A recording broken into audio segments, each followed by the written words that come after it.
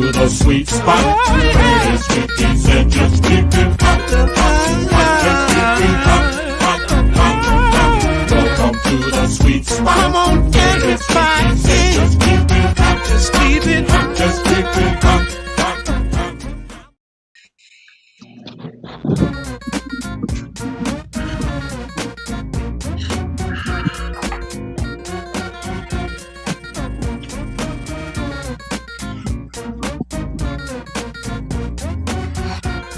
Oh, Lord, I've been thinking all night what I'm gonna do to make it right. It's so candid, and when my mind gets to going all kinds of places, and I just don't know what I'm gonna say. Tinted candy, it's so sweet. Gotta be fun to treat. It's like a lot of wrapped up in one. Excited to know somebody. Welcome to the sweet spot. Where the sweet tea said just keep it hot. Just keep it hot. Welcome to the sweet spot. Come on, everybody. Just keep it hot. Just keep it hot. Just keep it hot. Now my store hours are from 9 to 5. I don't want nobody getting me confused. I don't want you come too soon. Cause what I got will suit you. Let me take what you want. From the same. Wanna get it kept on from something to me. It's a tender as can be. All I ever wanted was contact for you to. All you got to do is keep it hot. Everybody say. Welcome to the sweet spot.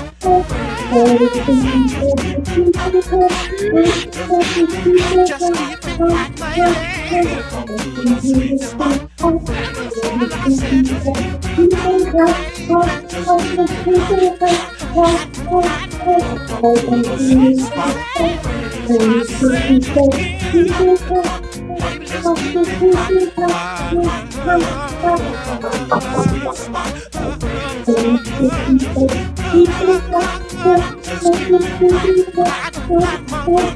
Welcome to the sweet spot.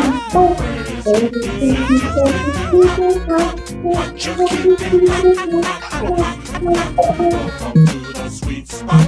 Where the sweet tea said just keep it hot. Just keep it hot. Just keep it hot. You want the candy? I got all kind of candy. All kind of candy. I got raspberry. I got strawberry. I got grapes and I got orange. I even got chocolate candy. If you want to have some of the candy, you got to leave some of the candy. I got some Molly red hot. Everybody say. Welcome to the spot. Where the sweet tea said just keep it hot.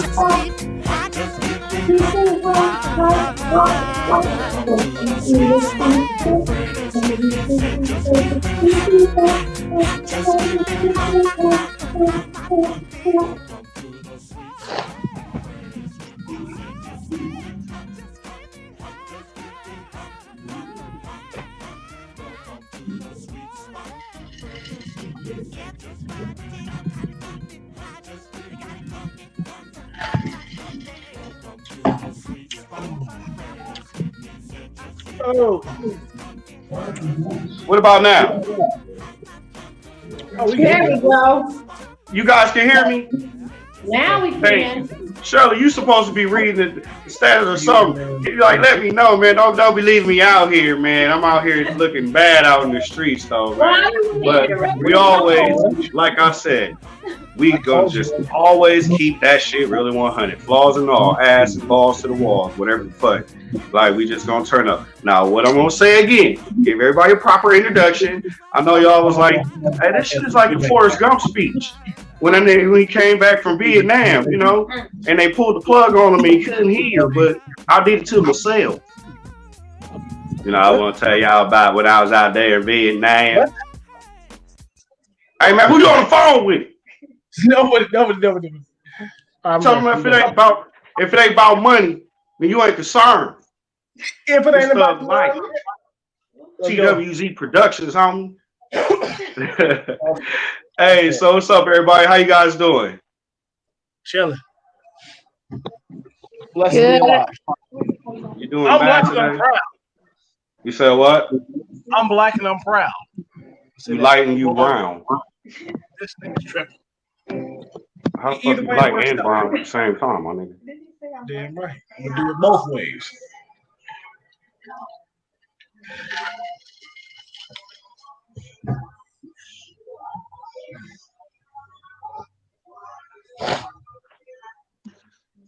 All right, so what's up, everybody?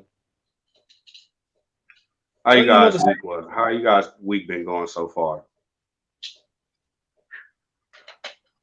Wait. Shelly, why you on mute? You can't speak right now. No, I can't. No, Shelly's background is always loud. Right, exactly. Well, I was gonna say let's let ladies go first. Of course, big sister. To both you and Najma. Shit. Oh, I didn't even hear what you said. I'm sorry. Yeah. Jamal wanted to start off with how our week went, of course. You know how things progress.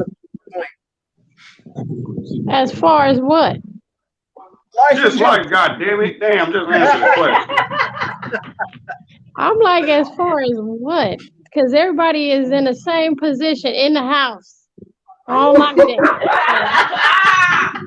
So it's like, sounds like you need to go somewhere. Sound about right. Did you have a good week in the house? Right. I mean, but you didn't stay in the house the whole week.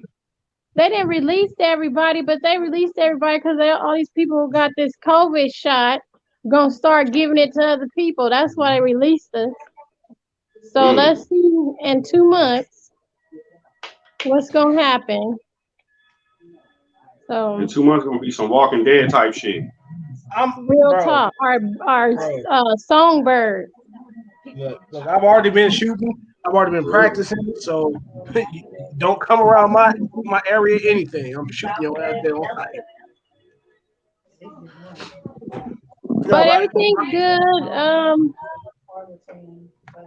Just trying to get stuff in order and in place for for Funkalicious and practicing what I need to practice. Health though is a must. So, about to go on that nice cleanse on Monday. So what type of cleanse is that? It's gonna be a full body herbal vegan cleanse. That's what's up. Yeah. So definitely. We start that on Monday. Self-preservation is key. Definitely. Yeah. So that's about it with me.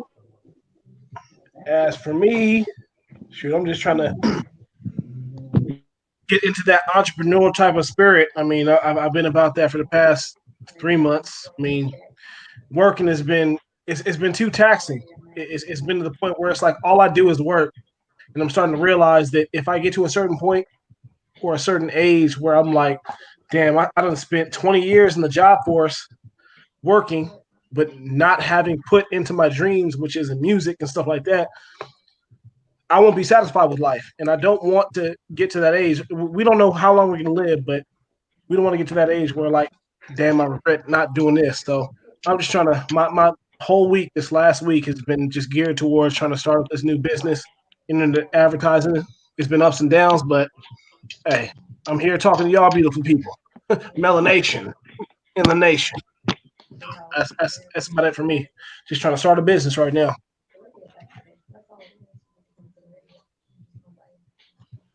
That's what's up. We got to create something for the next generation. Cicely Chandler, she just passed away. You said who? Cicely Chandler. What you said, Cicely Chandler? Cicely Tyson. I was looking at my Facebook page and I might give him that toilet sound, no, man. For real, donkey of the day. You get donkey of the day. Look, all right, my bad, y'all. Yes, Cicely Tyson, my bad. Yes, I'll wear the crown right now, but no. But what she said best, I mean, is just the fact that what she said best was the fact that giving back to the next generation. Of course, we still have a fight to give, but if you look back to this interview that I'm telling you about, you can just type it in on Google. She was speaking about the fact that activists back in her time were working for the next generation so that they didn't have to do anything. I think that's where it was lost.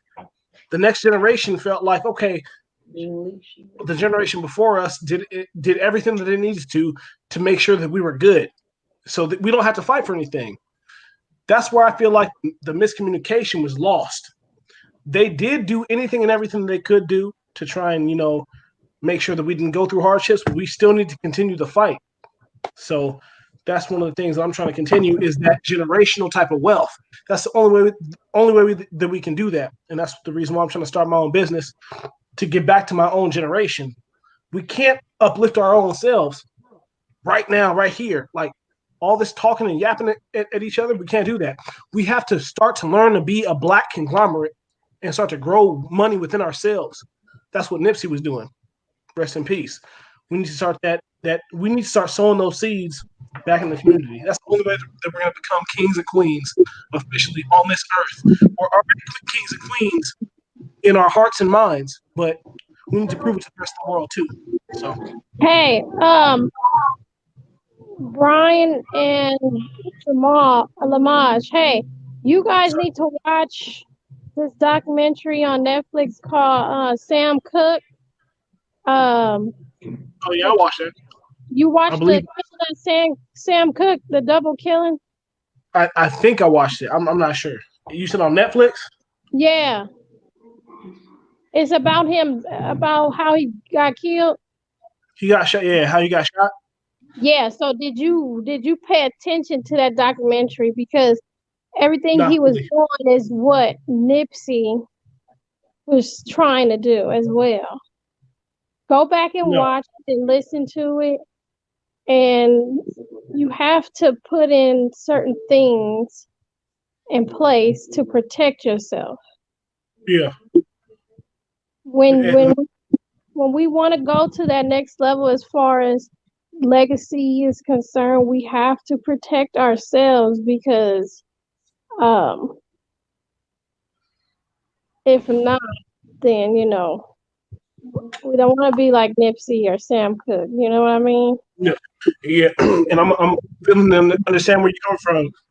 We'll get back to this because this was an introduction. I believe we still giving Brother Jamal some time to configure his camera.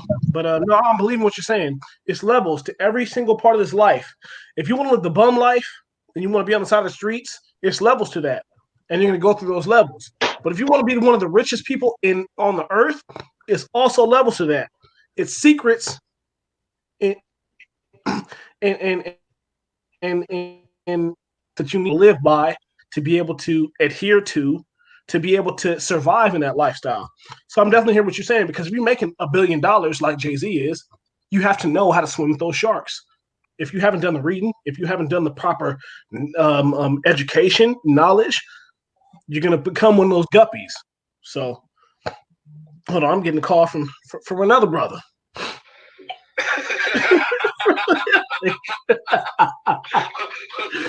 Who are you going up on again? Like, no, I'm not gonna. My other brother. Stop. Wait, Shelly. He just going on.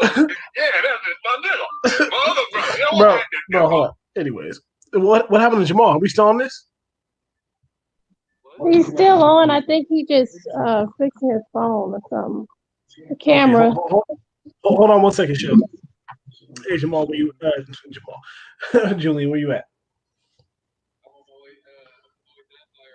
All right, come through. You gonna get on this with this webcast, nigga?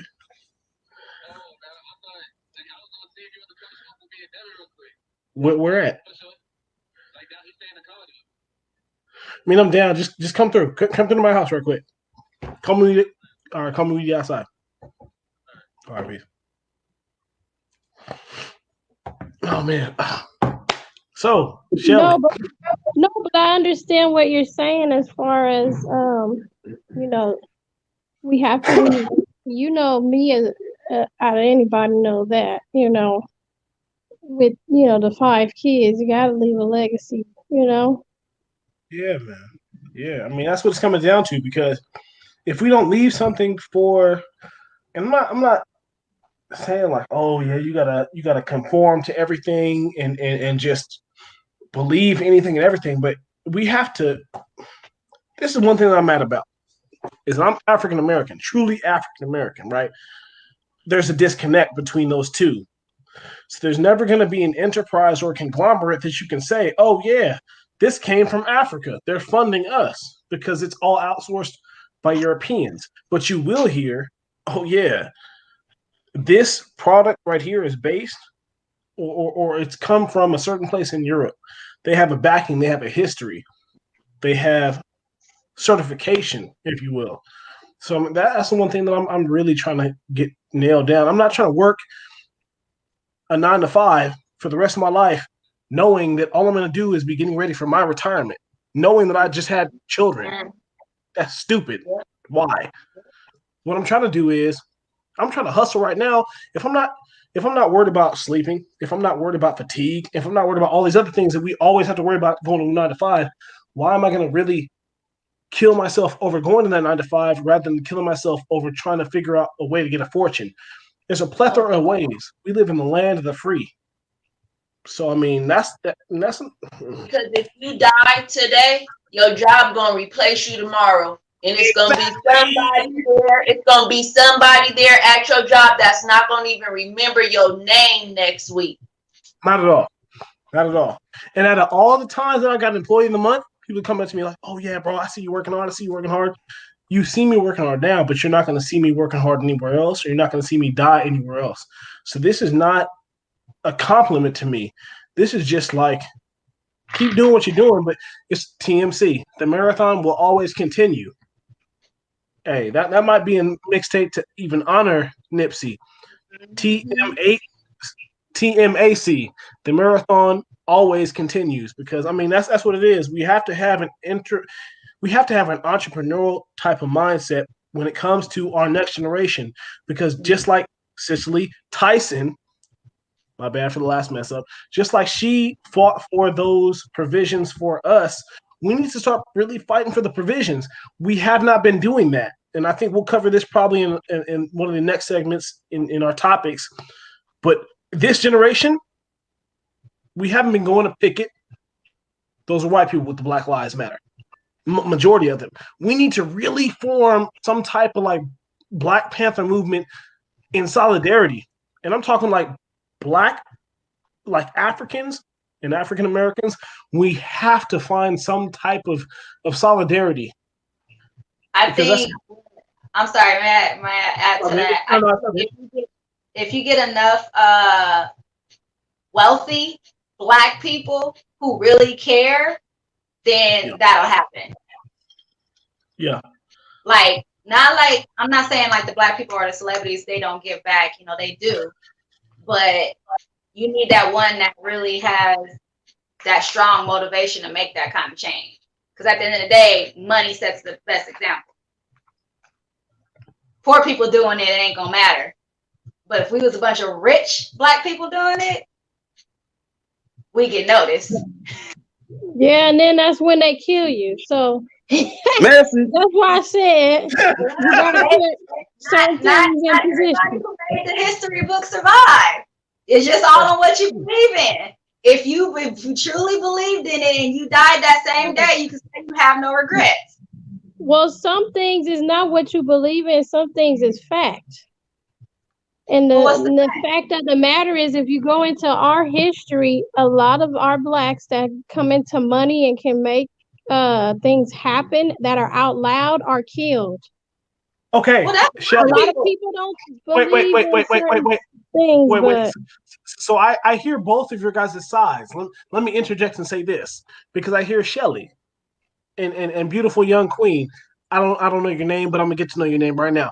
Shelly, you were saying the fact that our Black leaders were taken down, they're chopped down. That's a fact. my black queen. You're giving an alternative solution. Now, my in between stance is because I talked to my father and I say, look, we need to keep uprooting these type of educational type of systems for our black people to rise. I told him that. He said the government's just gonna chop us down at every path, and I'm like, does that mean that we should stop? So that's why I asked this question. No, For you me, shouldn't stop, but that's why I say you just have to reflect on all the people who did it before us, so we have certain things in position to where we're not arrogant once we get to that plateau. Because if you go back and reflect, a lot of them became arrogant and nonchalant and too relaxed, and they let their guards down. But So wouldn't you agree that still today, if they wanted us dead, we would be dead? They would find a way. yeah, no, they would, of course, but like Brian said, it has to be more than just one or two or three. If Okay. it's a whole, not just a village, because a village is not a lot of people. It has to be more than just a village. It it has has to to be be. more than just a block. It has to be more than just one community, because then they can't kill everybody unless they nuke everybody. That's the only way. That's fine, and that'll be great if we can build something like that, where you get a group of people who truly believed in it, because those are the people who make history, and still some people lose their lives in it. You just need to create the next movement. Because to be honest, Nipsey is one of those people. A lot of people just want to talk about him gang banging. And at the end of the day, that was the past of him. What he was aiming for was greater than gang banging. He was Yeah, bringing Silicon Valley to LA, to the heart of Black LA, you know? yeah, And and I just mean, and it's sorry. still kind of flourish. It's still, flourishing right now. But he was the money behind it. You know. No, I just want to say this one thing to support Shelly. What you're saying, I I do believe in it half-heartedly, but I'm not trying to believe in it the other half-heartedly heart of me, because there's going to come into a point in time where it's going to be nothing that they can stop. They're not going to be able to stop a momentum. But at the same time, at every pass, when they do see a type of black movement or a black uprising start to happen, they will try to insert themselves. When it comes to um, any one of the past activists, Malcolm X, Martin Luther King, they have always my favorite one, not even my favorite one. I shouldn't even say it like that, but the Black Panthers. The CIA was able to infiltrate our ranks and disseminate who would be for or against us. So that's another reason why I'm thinking, okay, to your point, but to our other Queen's point, we do need to solidify our ranks. The one thing that I hate seeing is there's so much hate in between all of our people. And There just people, just humanity in general, to be honest, because we're all really connected. We all Yeah. are. And as soon as we can see that, we just gonna live in this chaos and just always be miserable. But if everybody can realize that we're all connected, and all this stuff is just trivial, and that we don't have to go through all this, that we can all each be happy, we always gonna go through this. That's But true. see, It's gonna be a cycle. that is true. It's funny because I used to say that too. We all human. We all go through things, which is And when you so start thinking true. that way, But when your view change. But then you start to experience that everybody is not on that same human mindset. So therefore, that's why you have to what's the word I'm looking for? You have to approach Empathize. people with a different approach, because they don't all think about the human part aspect, that everybody's going to bleed and everybody's going to feel something, you know what I mean? They don't come to the understanding that everybody's going to feel the same way, at one point in time, you know. But here in America, they teach us to be segregated by race. So therefore, since we're in this, we have to try to build ourselves for other people to have respect for the Black community. Because other races don't have respect for the Black community in America. Now you go outside America, you have respect. Don't listen to what Americans tell you about how Black people aren't respected overseas. That's a lie. Because we are. So it's like when you go overseas, then you become a human. But when you're here in America, you're Black. That is No, real wait, right there. wait. You said when we go overseas, but if you take your ass to China right now, you're not gonna But receive the China, same. but China's based off of a European thinking that made America, though. Wait, So wait, wait, wait, wait, wait, wait, wait, wait, wait, wait. Okay, wait. Let me defeat your point right now. Do you know the amount of countries that the British nation of the United Kingdom has providence over? It's damn near over half of the countries on this no, earth. you're right. But a lot of them have gotten out of their mentality, except for China. China believes that Black, even if the British didn't even come over there, they still believe that Black is bad, regardless. That's just in I their mean, a lot of that, but culture. a lot of that came That's from what Christianity, though, Shelly. A lot of that came from the certain branch of Christianity, and basically, it came from like almost the same thought process that they teach in certain branches of Christianity, where being dark is bad and light is good.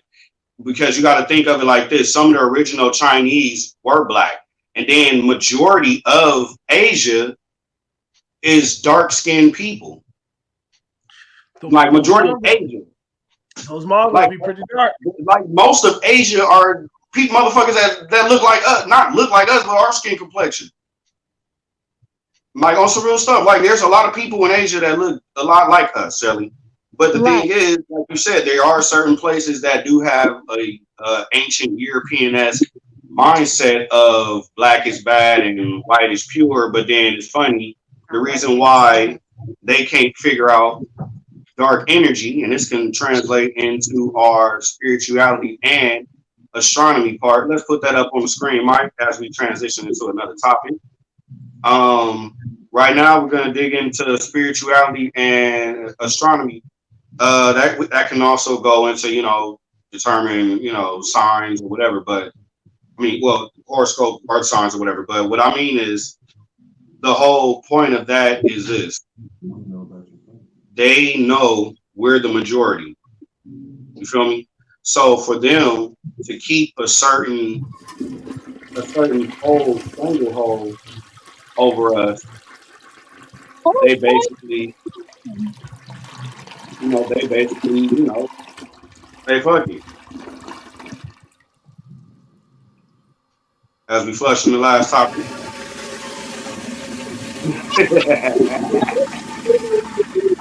No, but they want to talk about that. Y'all do trip. All right. What's the next topic? No. That was us flushing the last topic down the drain. Astrology. So, as we step into the spiritual realm. Let me say something real quick. No, I'm sorry. Bad. I didn't mean to interrupt. No, all right. Just let me say this real quick, and then I'll let you hop in a minute. A lot of why they don't understand certain things because they look at the white is right perspective and dark is bad. You feel me? So it also translates into why they can't figure out dark matter and dark energy. And the reason why, because they don't understand that from the darkness comes light. All things grow in the dark. If you think about it, a seed may grow with the sun, but it blooms and it cracks in the dark.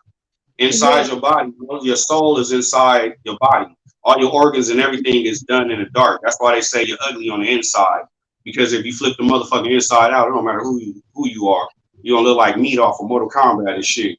You're getting fucked up by people talking about, get over here. like flawless victory. You feel me? Like when goddamn Mortal Kombat niggas that got dipped in the lake of acid or something. Like, no! Or looking like me, like Noob Sabot. Yeah.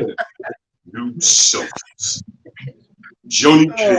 You feel me? Nigga throwing hats on that like kind of lot. But it taps into, where they don't, the reason why they don't understand this because they've been taught one thing for so long.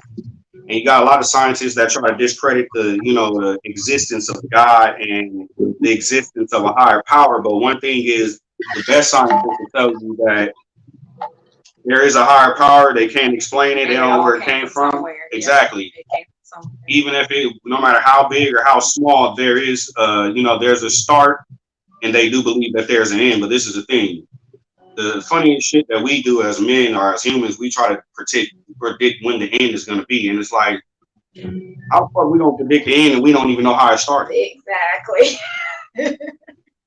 You don't even know how it started, but you're gonna somehow predict how it's gonna end. Don't know. We don't know how we gonna die. Trust me, unless unless you go commit suicide. Unless you have a premonition. Yeah, I mean that can happen too. A whole bunch of people have premonitions though, and they were proven wrong. Oh look, we can. The Mayans, 2012. We're 9 years past that. Walt Disney. He said Walt Disney. Walt Disney. I am Shakespeare in the flesh. I'm standing up and I'm saying I am Warhol. Walt Disney. He was real with that. How, Sway? How does that tap into the spiritual? The spiritual realm. You don't know, Sway. You ain't got the answers, Sway. You ain't got the answers. No, but I mean, speaking about spirituality, the thing that I would like to say is, me personally, there are only a few certain pieces of religion that I really would pick up, and you really have to take it for face value. From what I know, is anybody can read one book. It's going to be the same book every single time, right? But you're not going to pick up the same knowledge, right? It depends on the person and the eye that they truly have when they read that book. So for me, I never really dove into the book of the Bible because I knew that there would be a lot of things that clashed. Regardless of that, it's not that I didn't think that it was for me. It's just that I knew that I wasn't ready to read it and interpret it and act on it the way that it was written. To me, religion is only something that is man-made to keep up men in a certain cubicle, in a certain box. Spirituality. That's right. They all tell the same. They all have the same story, but they tell things differently. Exactly. Spirituality is actually the way for me, my personal self, opinionated, to live life. Look, I'm always going to try to do the next best thing for the next person. Yeah, there will be times where I'm trying to get over, but we're all human. There's a human aspect to this whole thing. Religion was written to me by a person who wanted to try and write the rules that they wanted humans to live by. Spirituality, on the other hand, or the actual rules that people need to live by. It's like if you have, you should give unto others. And I'm gonna try to cut this short because it's not too much I can really endeavor on in this. But the one thing that I know is spirituality. Go ahead. Yeah. I'm gonna pass this off real quick. Spirituality to me is so much more powerful to the effect of, if you believe in these worldly things that actually got us here, like the stones, the ground, the nature that is around us, that sustains us. If you actually believe in those things and actually meditate and become one with your surroundings, that is spirituality that trumps religion. You start recognizing that you start receiving things you ask for. Yeah. And then that will trip you out. That will trip you out when that started happening to me, because it happens to us all the time, but we look at it as luck. Like, oh, that's lucky. Like that happened. but we didn't realize that we asked for that thing in the first place. That's why we get excited when we get it, but we still chalk it up to luck. But if we realize when we ask for things and the universe is actually providing, that we actually drew the solution to it, and we realize it can happen every time, we would be a whole lot happier as a human race. Well, can you say that again? It's not that I didn't hear you, but I just think it needs to be repeated. Yeah, put it this way. When I discovered it maybe like a couple of weeks ago, and this is around when I ran into Jamal again, and like we crossed paths because we knew each other from back in the day, and we recently came back into each other's lives. But it was just like weird things because I was already into practice trying to like maintain a positive mindset. We're talking like as soon as something negative pops in my head, I say stop, and I get rid of it. I think about a goal, I think about something that I'm trying to aim at, and I keep that pot, and that negative emotion just drops like that. So that tied into me paying attention. So I ran into Jamal, and I was like, oh, let me hang out. Opportunity present itself, we hang out, so that happened. Then it led to something else, and it led to just me getting cues and clues where everything I asked for, I was presenting. We're talking like little stuff. So, perfect example I always get, I went to a laundromat, and laundromat was crowded. Everybody, all the carts was gone. I'm looking like, what am I gonna put my clothes in? Like, it was that kind of crowded. I stopped and I said, a basket's gonna present itself. I promise you, not even a minute later, I turn around, the basket's right there.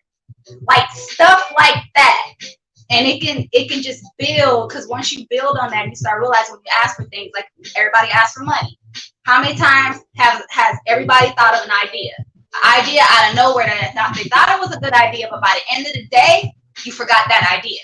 That's the universe telling you, you want money, okay, here's an idea. It's up to you to act on it.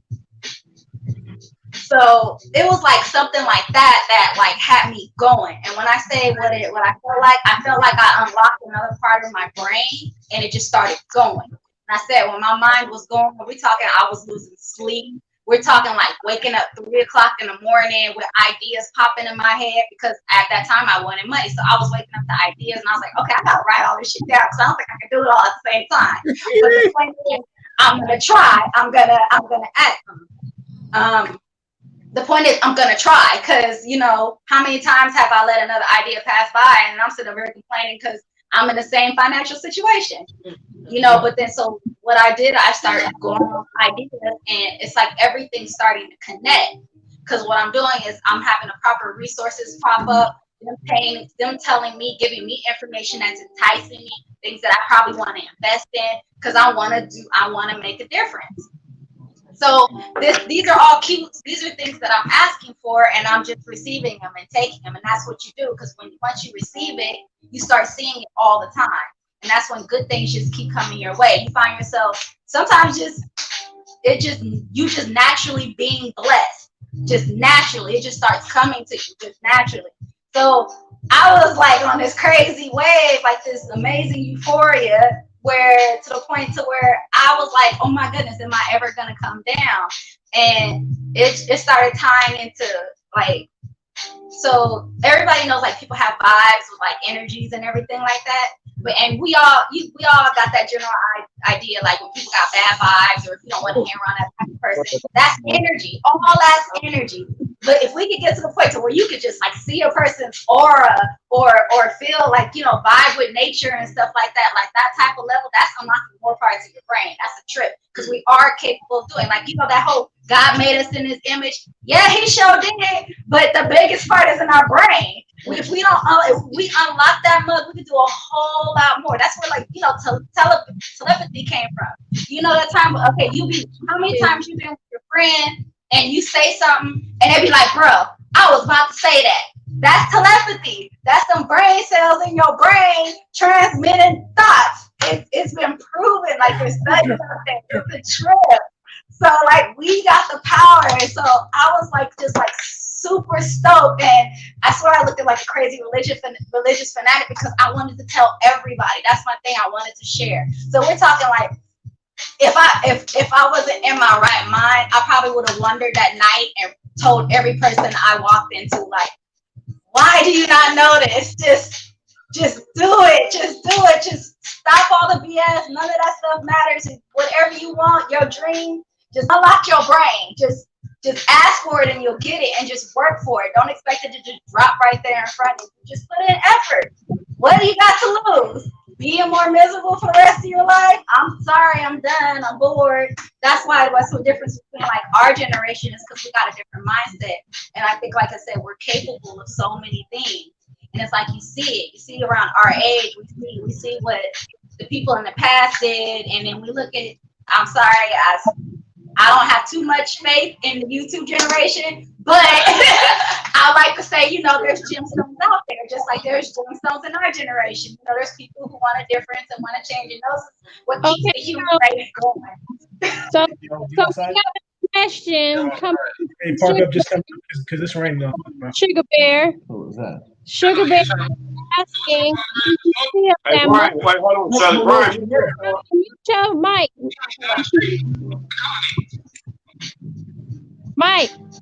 Brian, mute your mic when you on the phone. You said what? Mute your mic. Hey, my nigga, I'm on the show right now. I gotta go. Okay. You said what? So we got from a viewer. Her name is Sugar Bear. Shout out to Sugar Bear. She's saying, do you feel mushrooms or other psychedelics help us see the unseen? Ooh. Hey, so Let me speak on that. Hold on, real quick. Let me speak on this. It's not the unseen. It's always there in front of us. all right, wait, hold on. So, Wait, who?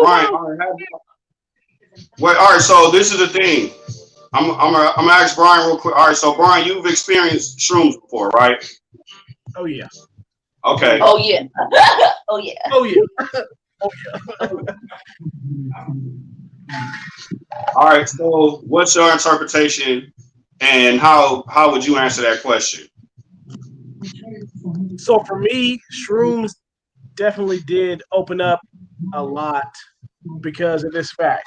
Now, one of my best friends, one of my good friends, I'll say that, told me that, okay, you're only going to want to take shrooms when you're out with nature because it's going to be something that's going to connect you and your high and whatever you see with what's around you, right? I didn't do that. I didn't do that. For me, I'm more in control of my surroundings, if you will. That was drilled into me through my mother. So for me, I was never really, you'll never find me on anything just zoned out, right? So from weed to any other drug, I was never really like that. So for me, it did open up that third eye to introspective type of thoughts to where I would be wanting to better myself. For me, it's fun, but at the same time, it definitely can open you up to a different type of thinking, a different thought process that you probably wouldn't have thought of before because of the type of the ways that it will make you feel. So it's different from everybody. It's different for everybody. I'm gonna say this. I would suggest if you're gonna do any type of dosage with mushrooms, you should microdose. Microdosing, look it up on Google. If you microdose, it won't affect you to the point where you're gonna be like, oh yeah, I have a bad trip. It's gonna affect you to the point where it's gonna be copacetic. You're gonna be able to go throughout your day, but you will feel it either stimulation or you won't feel anything, and you're gonna know whether or not you're gonna want to take it next time again. But definitely, shrooms will open up the third eye wide. No Jay-Z.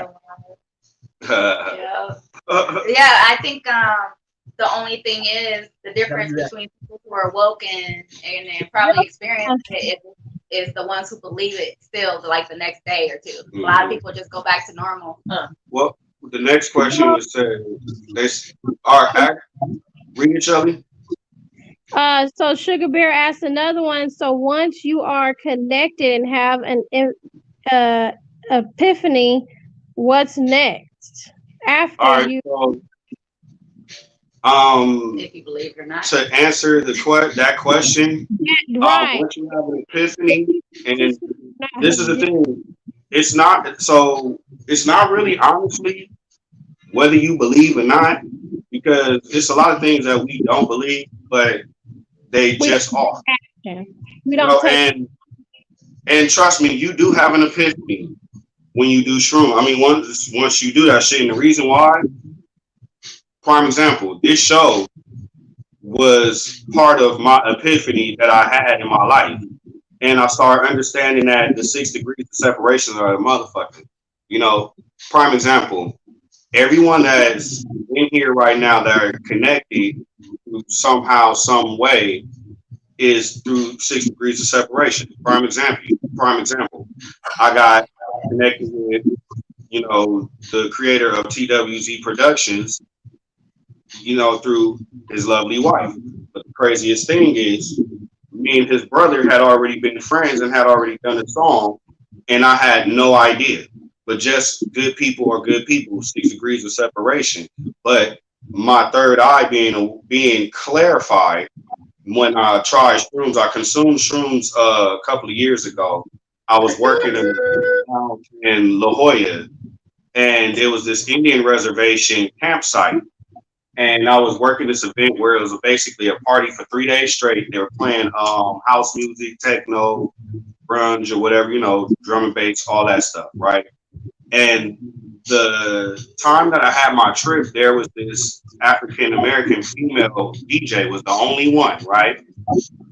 And I was tired from the night before. I was off the shrooms, but the craziest shit was the fact that I was able to realize that we do live in a 3-dimension world as the human physical form. But the thing is, to reach the higher levels of what we're trying to reach, we have to be aware of all three realms that we're living in currently. We live in a world of where we have to pay attention of life and death and what God has created.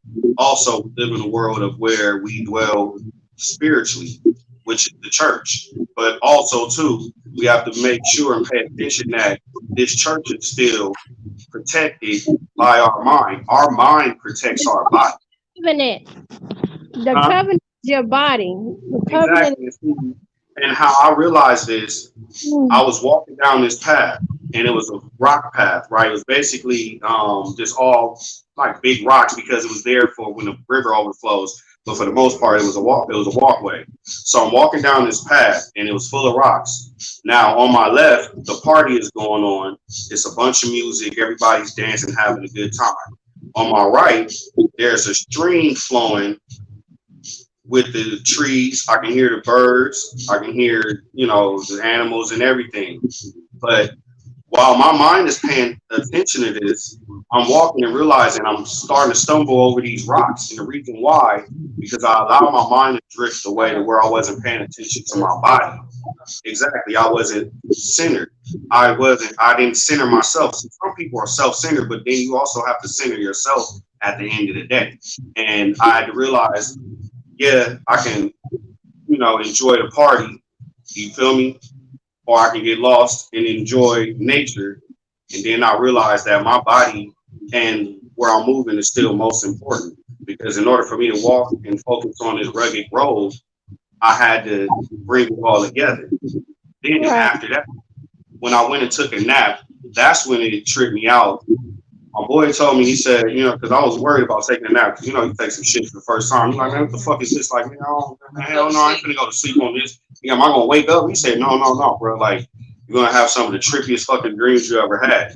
I was like, man, sometimes white people tell you, you always told me that white people ain't text and shit. But this dude, is my boy Zach. Shout out to my boy Zach. Be watching. I trusted this dude. It's crazy because had I not seen Joe Rogan podcast, shout out to Joe Rogan, where I had, kind of got educated, on some shrooms on a couple of different episodes, just watching, and they were saying it's not really, that much different than weed, and in some ways it's a little bit safer than weed if you do it the right way. And just how they were saying it, it can help cure depression if you microdose. And so, I was looking for that because I was looking for a way to kind of snap myself out of whatever grunt I was going through mentally.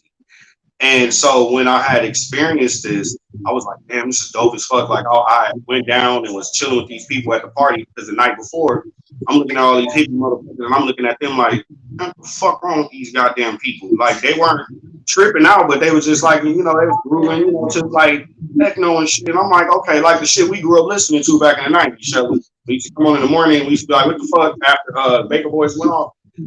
And so we used to like really, you know, I was like, damn, you know, of course I feel the music because, you know, delicious. Yeah, you feel me? That. Hey, I got you DJ by the way. You feel me? Like, yeah, like I don't trust me, and so I was feeling the music, but I didn't understand what the fuck these people was on because they was on some whole other shit, right? So the next day when I was off the shrooms with them, I'm sitting there walking down. I see people. It was like we was in a whole nother. We was in an elevated room. Like I was really in the upper. Like I was in that motherfucker. I was in the boom boom room. Like remember, only exclusive niggas could see the vision of the boom boom room, and that was the fucking real shit. Look, this on my grandparents. Rest in peace. God rest Cleophas, Reverend James Barber, and Freddie James Iams. Now I'm gonna keep this shit really 100 on everything I love. I was in the upper room with these fucking people, bruh. Like on everything I love, and when I went down there, it was crazy because the night before I had my scarf on and everything. But when I went down the next day, I had my hair out and I had my mask on, and then it was like we all like I seen them mentally. It was like some like she said like telekinetic type shit where we read each other's brain, and it was like mentally they looked at a nigga and said, "Welcome to the party," and I was like, "Yeah," and it was crazy because the sun was shining. I could feel all the energies of the earth, like we was on Native American land, and you know I'm deeply in tune with our Native American side. So it was like I was feeling it, and the weather was changing about a minute. But the craziest shit was when I went to sleep. And I'll answer this question. I'll read this question in a quick second. When I went to sleep, that was the very first time ever in my life I had been musically stimulated. Like I was like musically fucked because that same female DJ, the music she was playing as I was asleep, it took me to like a place where I don't know what it's called or nothing like that, but I know that's where we came from, and it wasn't Earth, just our spiritual realm. Like I went and saw Grandma and Grandpa. I went and saw Grandma Cleo and Grandpa Fred. But the thing is, I didn't see them in the physical form. I only saw their aura, and they introduced me to the ancestors. And these were people that I had never met, but I felt them. And it was just like I was there, you know, and I had a spiritual revelation. I was seeing black and green and mostly and red, but it was mostly black. And it was like almost kind of like it wasn't in a bad way. It was just all in like it felt comforting. It felt like this is where I come from. Exactly. And it was like it answered all the questions I had. That's why when I started reading more into, you know, our ancestors and where we come from and this and that, and that's why I did my 23andMe. That's why I'm about to do the ancestry, because I'm starting to realize, you know, you can't know where you're going until you know where you came from, you know, certain characteristics, certain traits. And that correlates into me studying and asking Auntie Cheryl, you know, about great grandpa. And she was saying how great. Huh?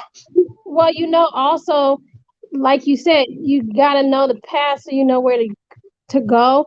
And that's part of spirituality. You got to know their spirits and what their spirits was on to understand why you on the spiritual path that you're on too.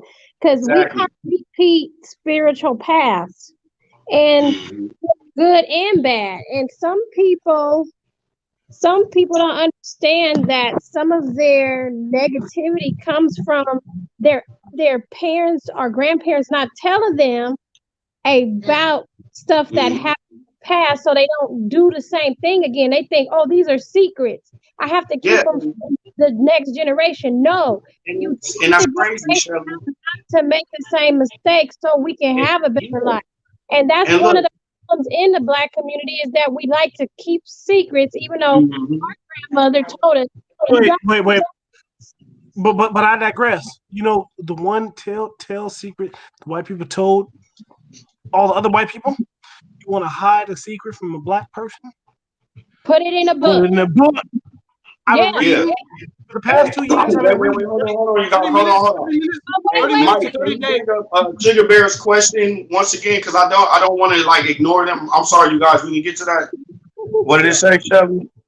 It says Sugar Bear says, sorry, I forgot her name, but one of the ladies mentioned that she is going to do a cleanse soon. I wanted to know if she has any info or advice about uni steaming. That's me, Shellbird. Now I haven't ventured into yoni steaming yet. I do want to venture into it, but I have a friend who has, and she really hasn't said anything about it yet. I said I wanted to do it because me, I'm really into my body when it comes to cleansing and being connected with my body, like even with me giving birth with my kids and stuff. So when I do it, I'll be able to explain it to people on how it made me feel. But yeah, that's that. Yeah, that's But like, yeah, it's like a cleanse, but yeah, that's pretty good that she's on that though. This is you want to mention something about his his little journey on that. yeah, I would like to talk about when Not Yoni, but nah, I'm not gonna talk about the yoni. I know about the yoni though. Don't sleep on the yoni. But like Jamal yes, said about the 23 and Me and the ancestry, that's what me and Shelly was off of for the last what is it, 10 years? 5 years, man. 5 years. Yeah. And what I learned about that is because everything I do for me, I do it for Shelly as well. So Shelburne. And I learned that my ancestors that I had, and I looked it up, and it said that I was traced back to Ramsey the third, and said that I have DNA that genetic that connects to Ramsey the third. So I Wait, hold started. on real quick. Hold on. Hey, Mike, can you we can segue into biology now. Oh yeah, yeah. All right, continue what you were saying, Rashawn. Yeah. So basically, what I was saying, I looked up my 23andMe, and it said my DNA matched Ramsey the third back into the Egyptian days. You know what I'm saying? So and I looked that up, and I'm like, let me screenshot that real quick before they try to change something. But it still say that my DNA is connected to But 23 and but not only just that is his name that his father gave him. Mm-hmm. His dad, unconsciously, he consciously gave him his name after a jazz musician, but it so happens that the jazz musician has an Egyptian name. yeah, right, correct. So that's where it's crazy when we talk about spirituality and ancestors, how it is all connected because you can tap into your spirituality without it. Your ancestry with your spirit without even knowing. Right. Exactly. And that's like I have a characteristic trait, a couple of characteristic traits of great grandpa. And what I realized was I was talking to Auntie and she was saying how, great grandpa and grandpa's relationship was kind of up and down, and how grandpa had low self-esteem sometimes because great grandpa was so tough on him because he was the oldest. And she was saying like how grandpa just went the other way, like great grandpa Lewis was so tough on grandpa Fred that he was just like, look, man, I'm gonna just do the opposite. He was like, well, I want y'all to do this. He was like, man, fuck that, I'm gonna do that. Like he was just cool as the back of the deep freezer. You feel me? And he had to really sit there and kind of carve his own way. But she said that really kind of made grandpa resent his father a lot because of what was going on. And I had to realize that I have that in me with my son. Like, and it's not the fact, and I told her, I said, do you think it was just the fact that he wanted his son to be so good, so great, that he pushed him too hard? And she said, yeah. She said, because, she said grandpa was a very accomplished, she said her grandfather, our great grandfather was a very accomplished man. She's like, he had a college degree, he was a master chef. He was in the military, he's a master painter. So he did a lot of things, and she was like, he just wanted the best or even better for his boy. But she said that grandpa specifically resented him a lot for that, and it kind of reflected in a way because our great grandfather was like a pure provider, like he took care of his kids that wasn't his kids. He knew it, he didn't give a damn. He ex-wife, even current wife. he Yeah, you even already know. You feel his me? ex-wife Like, he did, taking care of his goddamn ex-wife and her husband and shit. Like, what the fuck? Like, he and over there they taking care of goddamn. They all hanging out, partying and shit. He and got a those picture of him and his new wife, his ex-wife, and they all. I don't know what was going on back then. I just know that he was doing his thing. He was holding it down. For everybody. Like he shit. I was a rolling stone. Look, changed their name. Where he was we so live, good. He He was so home. cool. Hey, Let but me That's that's the crazy thing. He was so cool. No, he But wasn't a he was road. so goddamn cool. One of the kids that wasn't My his that apologies. somebody else's son changed their name to his last name just like Oh, fucking. damn. He was like, "That ain't my daddy, but shit, that's my daddy, nigga. Nigga, that's my last name too. Shit, my daddy wasn't shit, but fucking nigga, this one took care of me. Shit, I know my daddy, like it's cold game." Hold on, what's the next question? Since y'all switched to biology, can y'all talk about melanin? Oh yeah. Well, the melanin that's in your skin makes you want to bring the hose again. I'm just playing. Brian, since you're one of our well melanated brothers, and you know your people reside from the motherland, not Japan, but you're African from Ghana, you African. know, hey, hey, you feel, hey, look, Shelly, we did our 23 and me, and Got we Ghana might in be related to you somewhere down the line. it. Right. Nigga, look, we the people, look, we're part of the people that they went and kidnapped. Like That's what the Ghana brother, the Ghana homie was telling me. He said, "Nah, y'all was the family that was stolen from us," and I believe him. He's like, because what was happening was after the slave trades were abolished, they were kidnapping the nobles and stuff so they can be able to go down and take over their land because the nobles were going back to Europe, telling a lot of the hierarchy what was going on.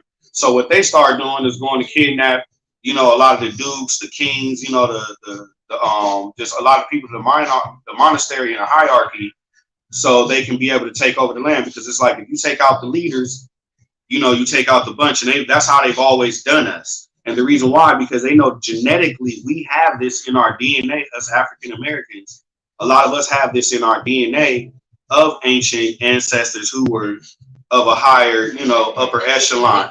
And we're a leader. We have this struggle to be leader. That's why if you think about it, fam, on some real shit, everybody else in the world follows the lead of the black man in America. As far as rap, dance, how we carry ourselves. They also follow the lead of the black woman in America.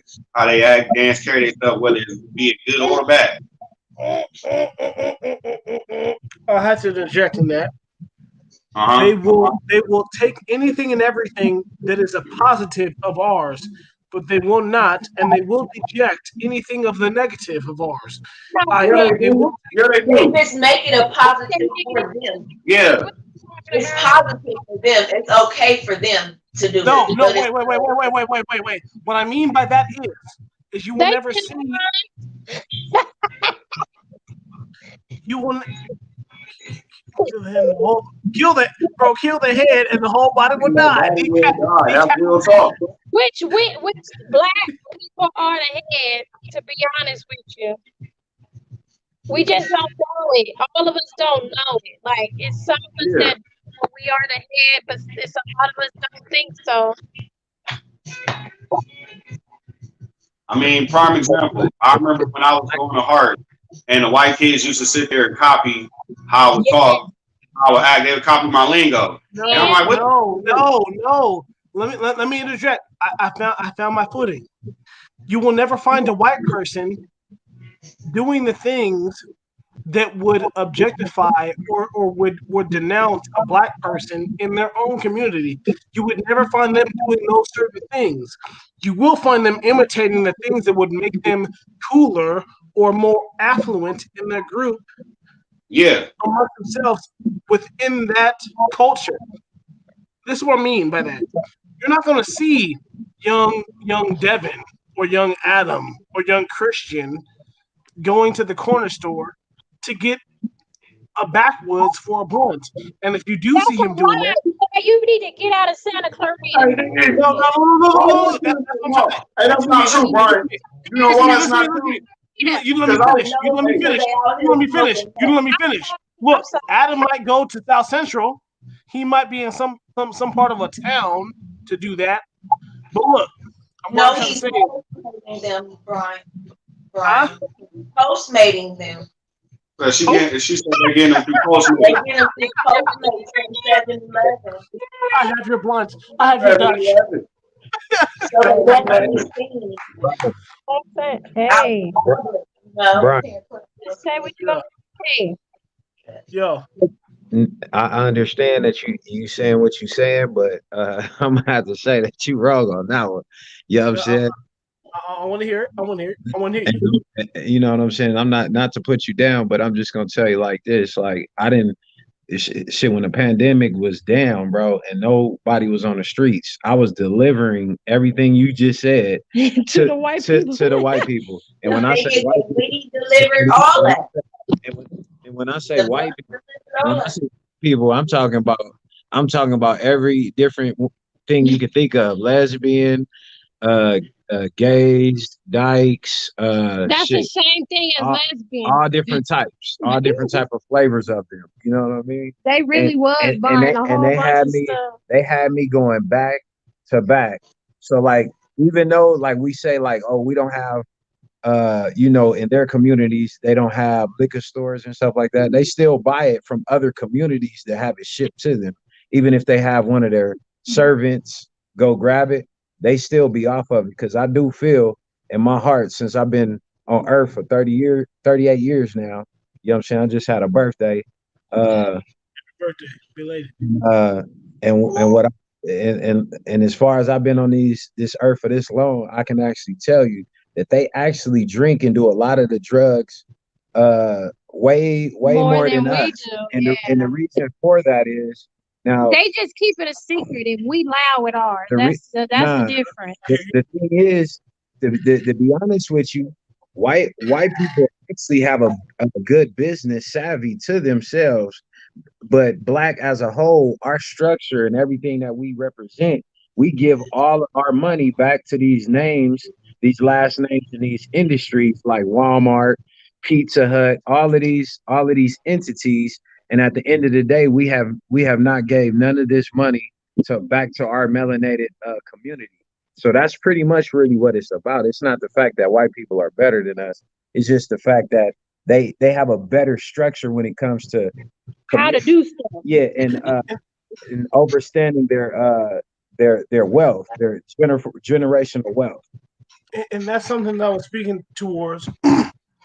And I totally agree with what you were saying in the fact that there is a sort of we want to have people who are blind to that fact. Now, I'm not going to go to say as far as that it perpetuates in our own land. What I mean by that is there are businesses, just like you're accounting for, that are in our area that profit off of our people. The problem, though, just like you're speaking towards, is the fact that we are not owning our own pieces of land, and we're not affecting those pieces of land to the point where we're investing in those pieces of land. We were speaking about this earlier, and I'm glad that you said that. We have to invest in ourselves. We have to find a way to grab a hold of generational wealth. That's the only way that we're going to get past this conversation. Generational wealth has never been passed down throughout any ranks because we have always been stifled by the 500 years that have kept us down. And the 500 years. Let me add to that real quick. Let's go. How do y'all feel about crypto?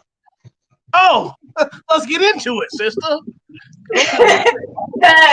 I feel like it's about to be the next as big as the internet, and it's gonna cause this our generation. This is gonna cause the next generation, which is our generation of wealth, of billionaires. Which is true. Hold on, we have one last. Sister, I believe in you.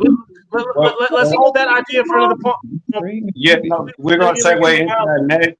Let's answer this last question. Said back to biology though. The sun is the giver of life. Without it, everything dies. Yet the sun will take life from the abominations. Our sun gives life to everything, yet takes life from them.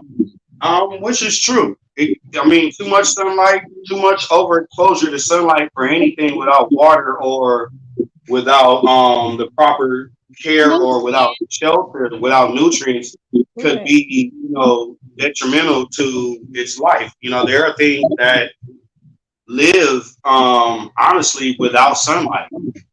There are things that are living in caves.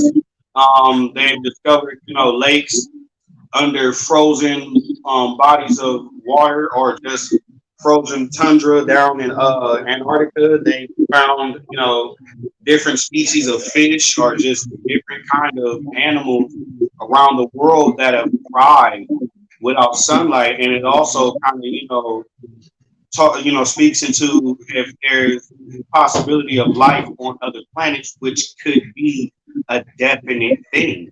It can be a real definite thing because if there's, life forms that are able to thrive and live here on Earth without being in the sun, then, honestly, the universe, the limit. I mean, the universe is the limit instead of skies being the limit. Now, what we're going to do is switch over to cryptocurrency, which could be, we're talking about investments as well. Mike, let's make this. Let's title this finances. Because this is also too.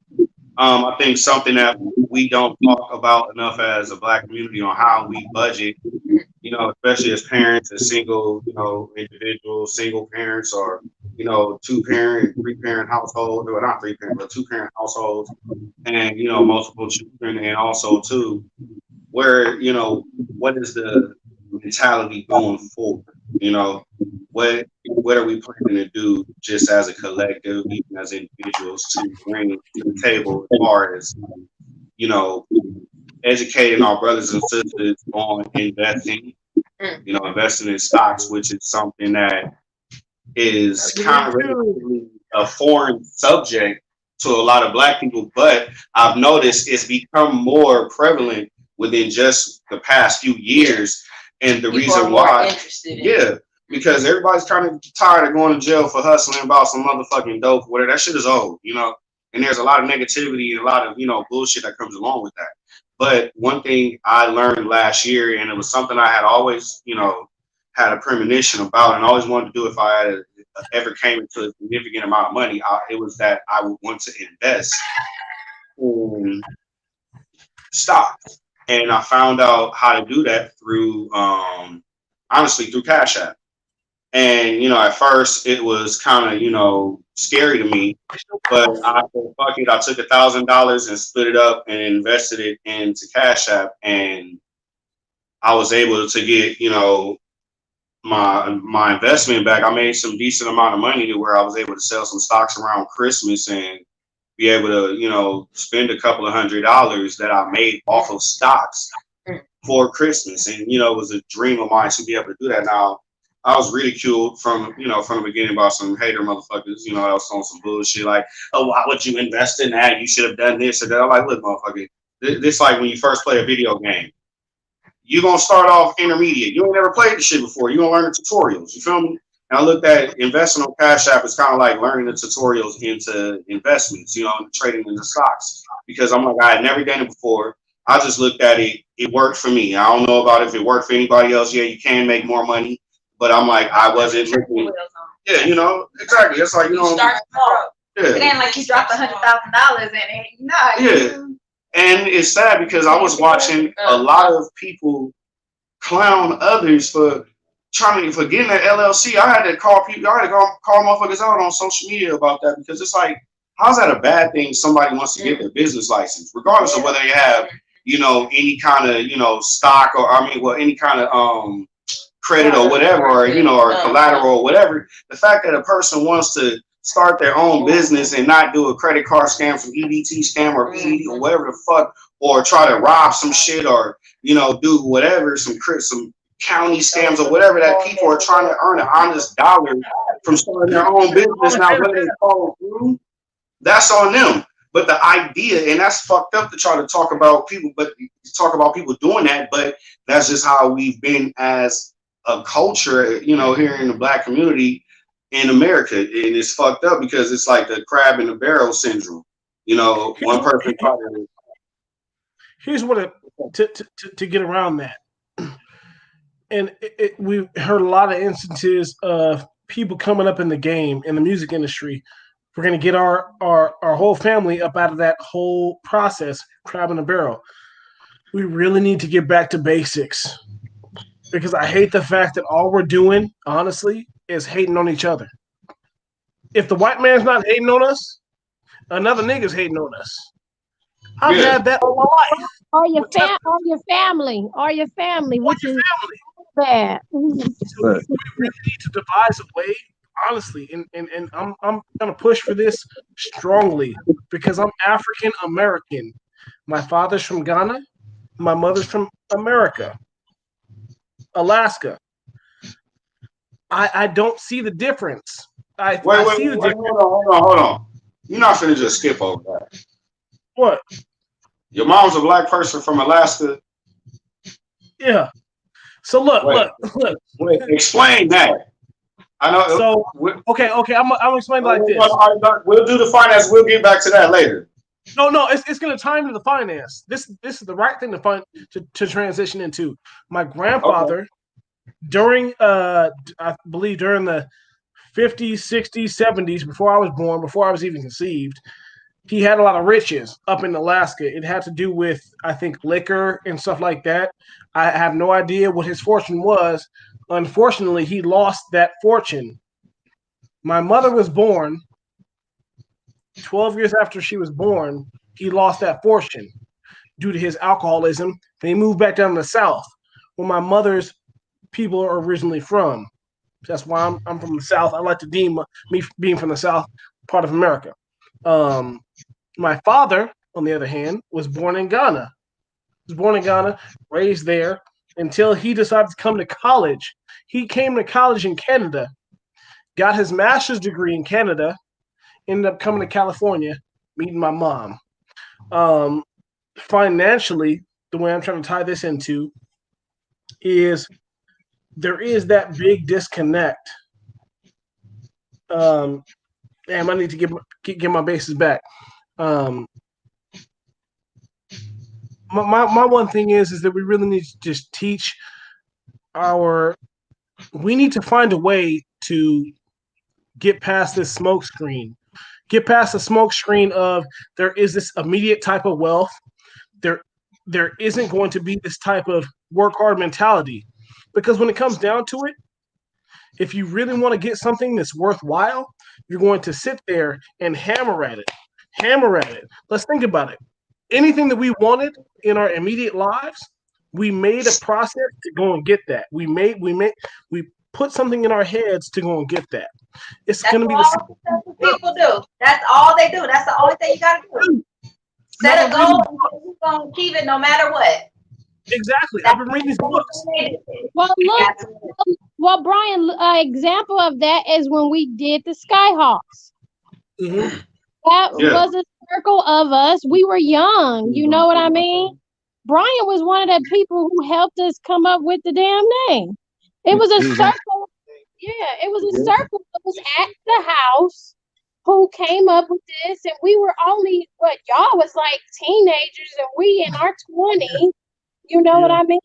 But we had something. Hey, Jamal, stop showing your ass. I've been showing my ass my whole life. You should be used to that. Ooh, but the team was a baby branch of what we needed to continue to do. And that's what you're saying is like, we got to continue to do stuff like that. You know what I mean? Yeah. So, I mean, that's what it comes down to. Just really setting the precedent. Because the one thing that I'm really mad about financially, from a financial standpoint, I'm really mad about the ways the devices that have been put in front of us to hate ourselves, i.e., we have been put in a grid of hatred. Now, I understand this. We're always and forever going to hate the white man, but most black people don't realize that the communities that we were set in, that were put into certain divisions, were cracked by certain police departments. And what I mean by that is they were in those certain areas within the black communities to cause dissemination, which bred to the Black Panthers, the Bloods, the Crips, that rivaled each other. It was all from the white man, is what I like to believe. But the white man has been the captain of finances, right? For me, it's all a formula, and we can always break that down. But it starts with us. We need to start to build, just like all of our David Banner has been preaching about this. We need to bank within Black America. We need to bank within Black university, if you. Well, you know what? It is a lot of banks. It's a lot of black banks coming up to date now. Like there's this one brother named what's his name, Shelby? Killer Mike. Killer Mike came out with his first. Killer Mike right there came out with his first bank, and I'm glad you mentioned what you just said about we need to start doing this, because I had an idea of mine, and I like to share it, even though it can happen out here. I could care less, but maybe we can all get together and try to make something like that, because you know how we see a lot of these businesses close down, right? That used to be banks, right? So I always had this vision. I always had this vision because at one point uh, the dispensaries never used to get loans, right? And regular banks didn't want to give them loans. So I thought to myself, why not come out with a bank for dispensaries, right? And I mean, we can do it for multicultural purposes, but we'll do it for mostly blacks, of course. But what I'm saying is, we would do it equally where they can become business owners and get business accounts, right? Right, And because now they like skyrocketed the like price to get a business license for that market. It's like $500,000, like $750,000 just to get the license to be able to sell now. right, It's ridiculous. yeah, I get you on that. You know what I'm saying? Because you know, that's something that me and Shelburne is trying to do now, is get our wholesale license. And, you know what I'm saying? And you know, start dibbling down. That's a good idea. Because I bank with a black owned bank. What bank is It's that? called Broadway Federal. Broadway Federal? Yeah, they've been around since like 1945, I believe, but they just merged with a bigger black owned bank, and it's supposed to be now like the largest like black owned bank in the United States. Well, that's See, we need more than just one. And I felt bad at first. I felt bad banking with them because at first it created like a lot of problems as far as like they didn't have like a lot of branches, like ATMs, different places where it's like fees. But as far as like banking fees and like overdraft stuff and stuff like that, like it's wonderful. I love banking with them. But now that they merged with a bigger company, you know, it's going to be more branches and more ATMs. So, but yeah, they've been around since like 45. And that's the best thing about that is once we start to grow, we can start to just within that word grow. And Naisha was finding that problem where she couldn't find an ATM. But if we figure out a way to honestly invest in those businesses, there's nothing they can't do but grow. Right. It's the only thing. right. Oh yeah, the M-Day stocks have been going crazy. There's one. I live out in Santa Clarita right now. I'm in Santa Clarita. I know y'all are in the better part of Los Angeles because it's more diverse. I'm in the Caucasus Mountains, if you will.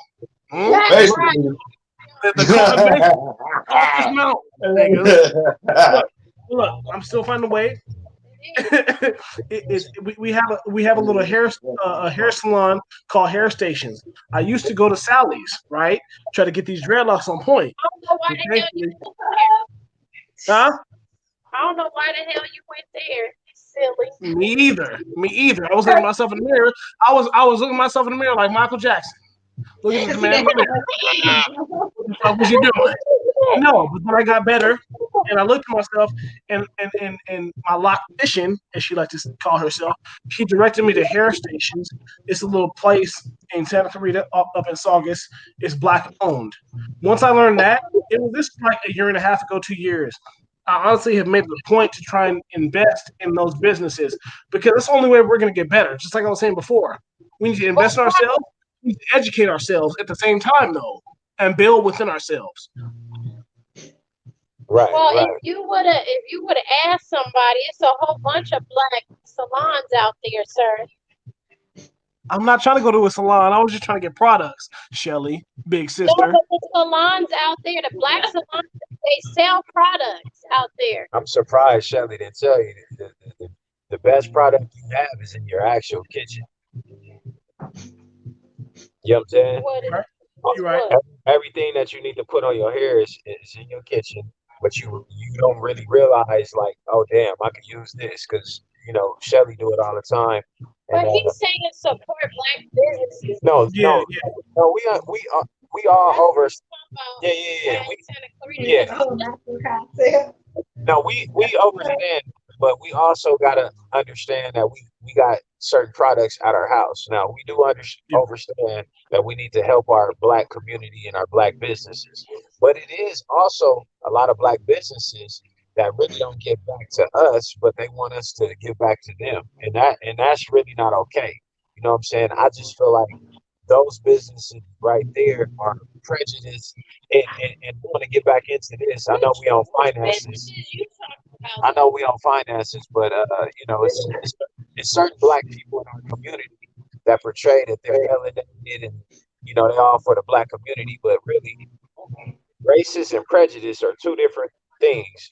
And what I dislike about I really dislike prejudice blacks that go against us. I think that's the worst than even being racist. Because at the end of the day, you're melanated and you're acting like a coon or a coonette, should I say. Coonette is a word that I actually made up myself because we haven't gave a word for females that act like coons. You know what I'm saying? You feel? Excuse me. Wait. Don't let us get started on TD Jakes. Yeah, he's My the coon. apologies. Yeah, no, it ain't no apology. He's a hypocrite. No, I'm just saying. I But look, understand. getting back on the finances though, because this is my real passion, my real fucking passion. Because for me, intrinsically, I was put on this earth to do something. I don't know what that something necessarily was, but I know that survival is the key. I know that procreation is what's next. If I provide something on this earth to sustain this earth, what I need to do, my best option is to be able to fortify myself with the knowledge on how to keep that generation going. What I think was lost. Have you ever asked yourself, why are you here? And like, have you ever talked to your inner self and asked and really answered yourself? Yes. And what did you come up with? Intrinsically, for me, I'm one of the nicest guys that I know, without fault. And around me, I want people to be better. You can almost see me as LeBron James in life. Whoever gravitates towards me, I'm wanting to make them better because I already know what I can bring to this earth. Well, I already know what I can bring to this life. For me, I want to see what I can add to those other people's lives that are around me to make them better. I.e., I'm in tune with empathy, sympathy, all that. My senses, I feel like, are in tune to a point where I do feel like I can affect the next person around me. If I do not do that, that is my own fault. That's my failure. Let me ask Well, you. no, you can't put that on yourself because some people are not open-minded, or their chakras are blocked, Right. or their Because third eye is not open to right, receive what you're trying to give them. And is that's what exactly. me and Rasan have. And Trust me, over these yeah, 8 years we've been together, we have come encounter with people like that, and right, those are the people that you kind of gotta fade away. You exactly. feel bad in the beginning, but then as you grow and you experience things through life, you start to understand, okay, it wasn't us, it wasn't me, it's that person still has a blockage. Right, So right. you let them be who they are until they're ready to come Exactly. to you Exactly. and say, hey, Exactly. what you told me about 2 years ago, man, Yeah. I understand now. Yeah. And that's You know, true. But it it takes a real takes a real human being, a real woman or a real man to come back and tell their friend, their brother, their cousin, their mama, right, their daughter. You know what I'm saying? Like I apologize for acting foolish about because I never went through nothing, so I could not understand you at the time. You know right. what I'm saying? Like and I was there. That's why I talked to. I'm a real avid. No, no, no. You need to say like he was saying on his birthday. He a real dinosaur. Yeah, yeah. Yeah, I am.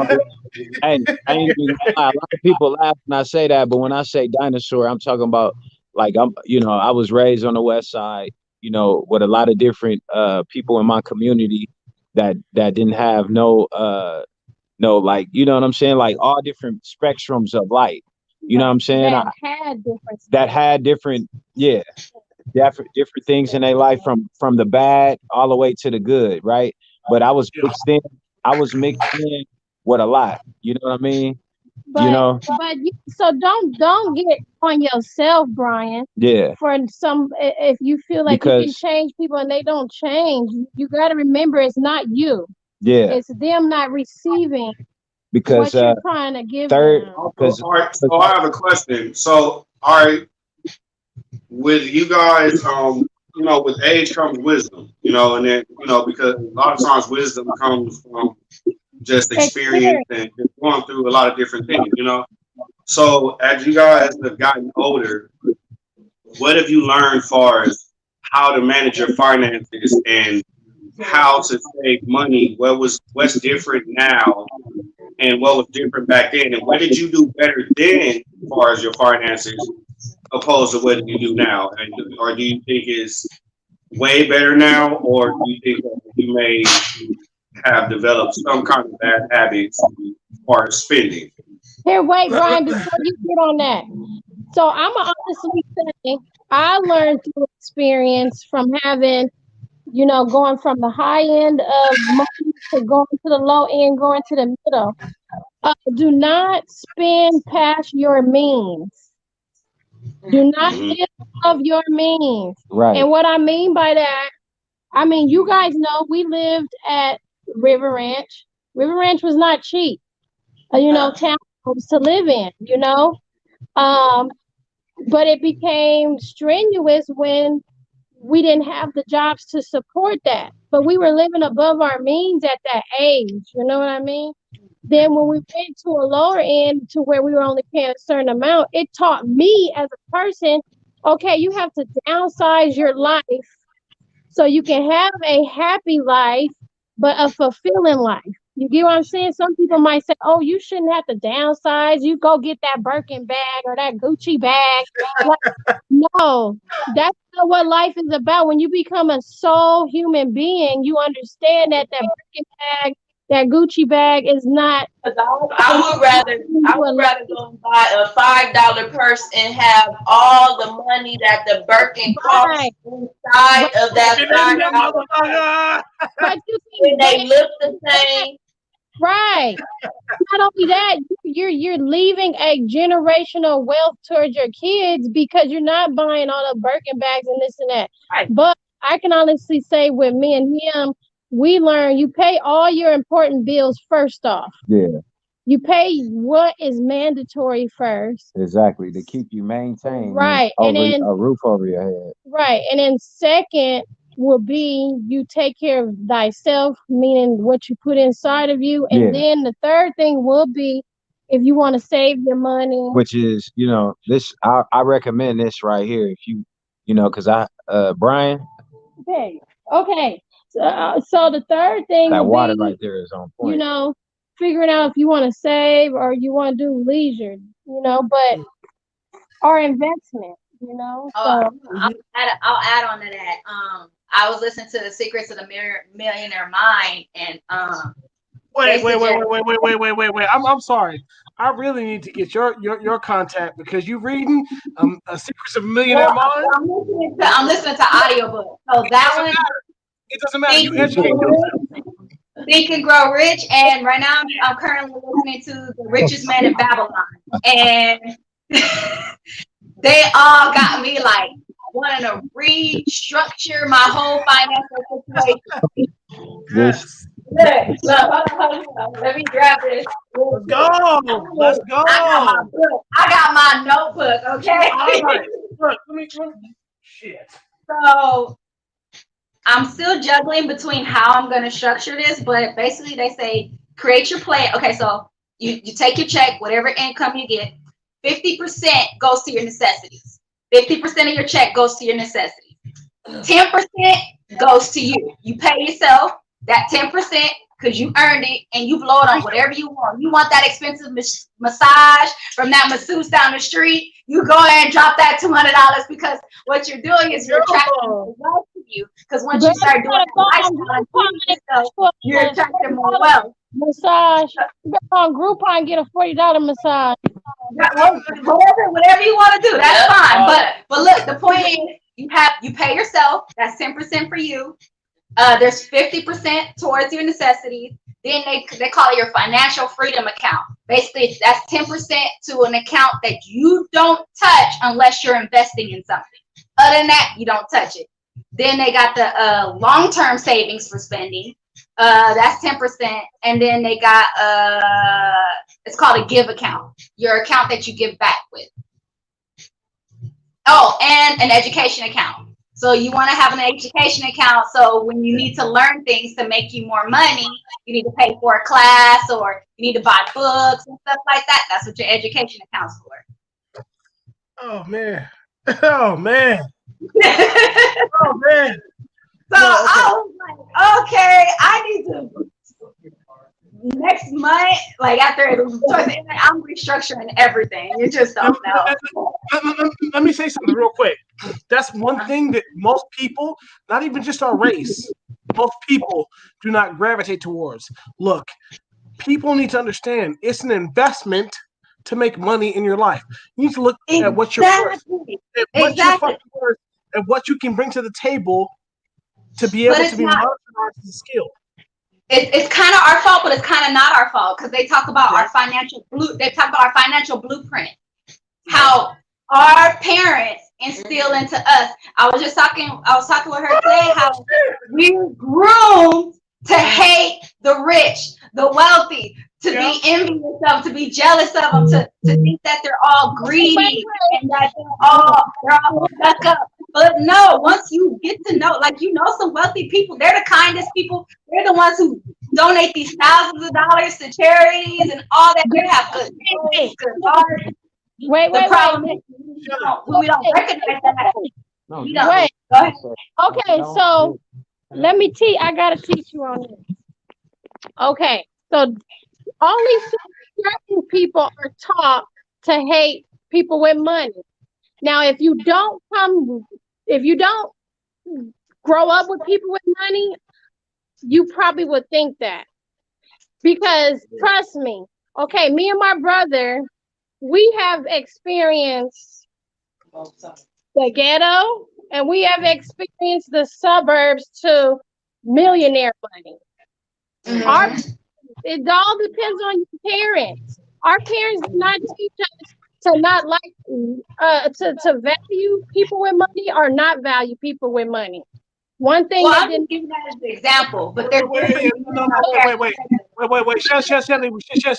wait, keep that thought. What I think that she was trying to say was, I'm not trying to, I apologize. I'm not trying to take your words out of your mouth. What I interpret what she was trying to say is as me, for me, speaking for myself, when I had seen the struggle that my parents had gone through, I had internalized the fact that, look, these people had a silver spoon in their mouth. I had to get it from the mud. So I have a certain type of indignation towards them. I don't like them, and I don't respect these. Most of these white people, I don't respect because I see what the privilege is abound towards them. To me, I'm going to get turned. I have to work 5 times as hard as they do, right? So we teach our children to do that. Those children are taught to do that. So I think that's It has nothing to do with money, though. Always remember, here in America, it has nothing to do with money. It has something to do with the color of your skin. It has something to do with the color of your skin. And the reason why I say that is my mother has had wealth. She's had wealth.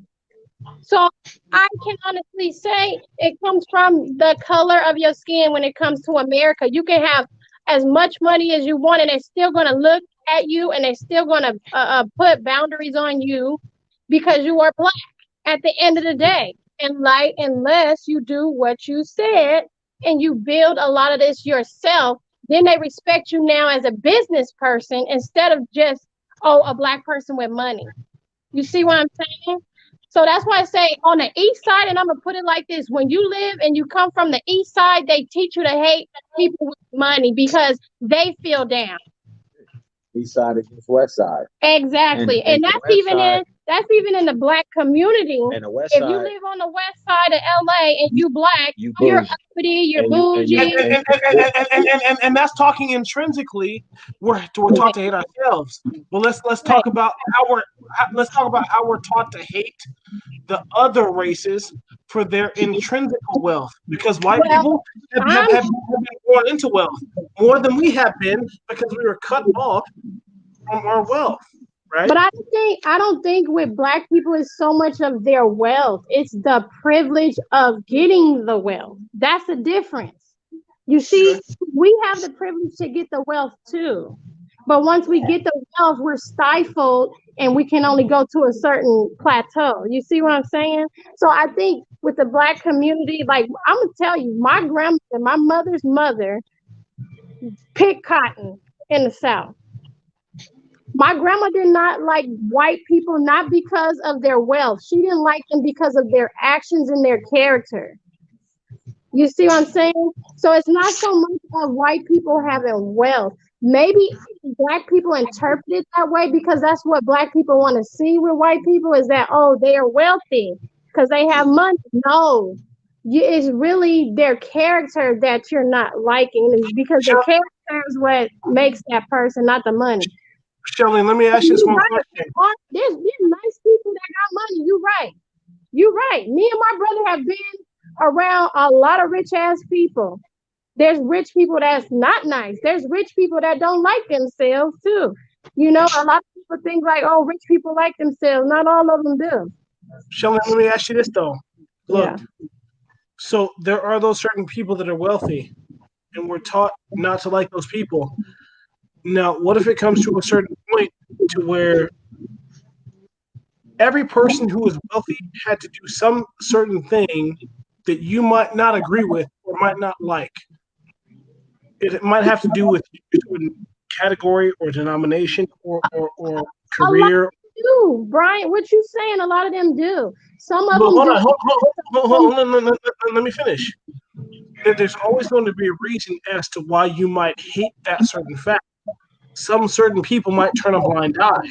And all I'm trying to shed the light on is to the fact that there are a lot of white, affluent people who have gained their stripes. Their stripes, if you will. Levels. Yeah. They've done it behind a lot of negativity. Yeah, they have. Yeah. Whether or not we do it the same way. What I'm trying to get at, like, because she was saying, like, you know, they give to charity. Don't believe. No, my point is, I'm not even trying to put a race on it. You want to build wealth for yourself. Do what the wealthy people do. Yeah. You need to emulate it. That's the journey I'm on. I'm trying to do what the wealthy people are doing. Well, trust me, in that book, it's a lot of stuff the wealthy people do that they ain't put in that book. And I don't know if you want to do some of that. That's why I'm trying to create my own version. That's it. See what works. Because I can never repeat what somebody else does. I'm gonna create my own version, and if it works for me, my God, Exactly. I'll accomplish something. Exactly. Because what it comes down to is we need to find a way to provide for ourselves. We need to find an economy that provides for our needs. We can't keep giving back to these people, McDonald's, Walmart, stuff like that, and not actually building something for ourselves. We have too many people going out to these 9 to 5 jobs thinking that this is what it be. I just told my mom this the other day. I told my mom, I just quit my job as a supervisor at Lowe's. She was like, look, wait, where are you going to get your next paycheck from? How you going to live? I said, look, your generation was thinking about where the next paycheck was going to come from. I'm not going to live paycheck to paycheck. I'm going to figure out a way to create generational wealth by the means of me working hard right now to figure out some type of network or to figure out some type of business, some type of necessity that people will need to be able to create that type of passive income. Once I have that type of passive income, That's what I can you go gotta do what I say. want to do. Passive income, not regular income. Passive income.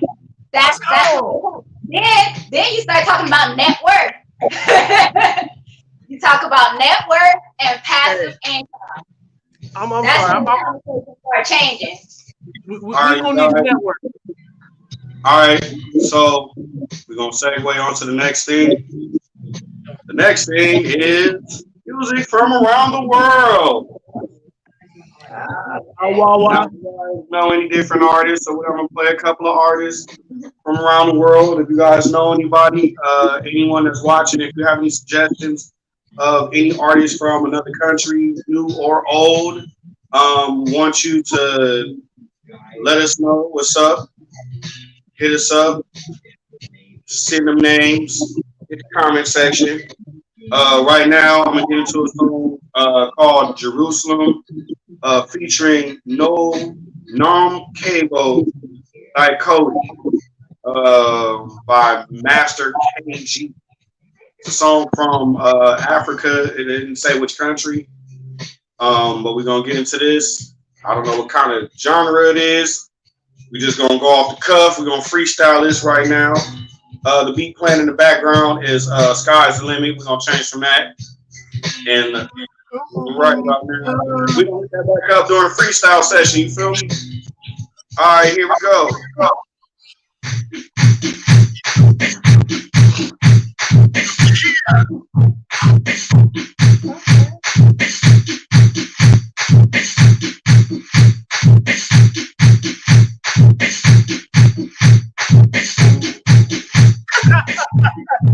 Okay.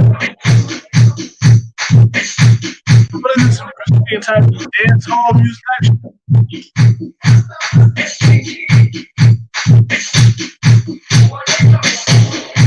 Jerusalem, ikayalami,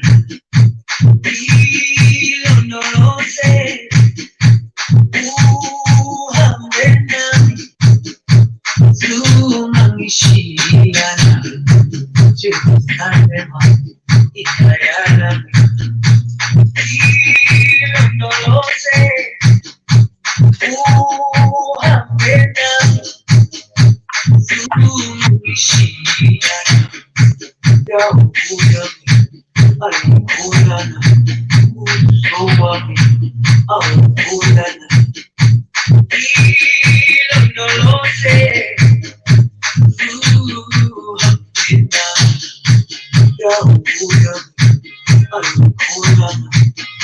Whatever you're playing is from Ghana. All right. That was a song Jerusalem featuring No Makebo. Yeah, No Makebo. Zycody. Song is by Master KG. So what do you guys think about the song? What's your opinion on it? How y'all feel about that? What you say, Brian? You can't play this in Ghana. No. I said that that song definitely has a very Ghanaian vibe. So I'm gonna play a song next. I hope I'm gonna be able to play the song, but it has a high life vibe, and high life in the African continent has that definite. It's almost like reggaeton, but it has a more 4/4 up tempo. Reggaeton has that, whereas African beat has that. It's more that dance hall. So you'll hear that in the next song that we hear. But that's the reason why I love the African nation is because we give them rhythm to the whole world. You know. Deserve. I will put that song on my SoundCloud playlist. Let me try and find this song. I don't even know how to play a song on this chat. Let me find this out. Man, you better figure that shit out. I'm gonna do it right now. Who's next? Well, I'm gonna play. You found it or not? Not yet. All right. Well, I'm gonna play some Korean R&B, underground R&B. The Koreans are like basically taking over the R&B game right now. They're coming out killing this shit. Shout out to all the Koreans, all the K-pop fans. Play this track right here. It's called "I Won't Give Up" by Jimmy Brown. Actually, you know what? I got a song right now.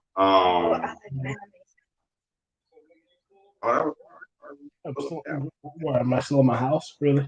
Here we go. There we go. Found it. This song right here is called "Love" by Dean featuring Sid or SYD. Here we go.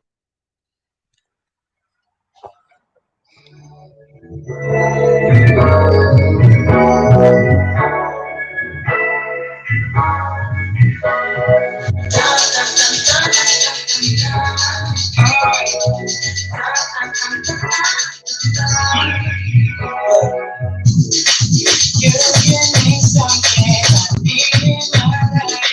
Said I won't let it come back. Told you I love you. Told me you're mine. Where you from? Yeah. Say you wanna take it slow. When you're ready, let me know. I got something we can do. Leave your troubles to the past. And we love without a chance. You got questions that I answer. So now Let's sing hard. I got intention, baby. I'm getting blessings, baby. I'm not your blessing, baby. I really like you,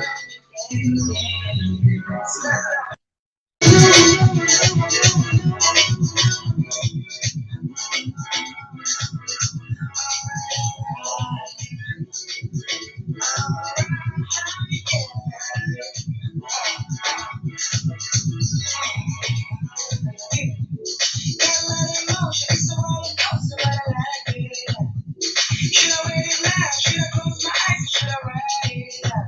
Don't know where we're going. Just live in the moment. Something about you I'm so into.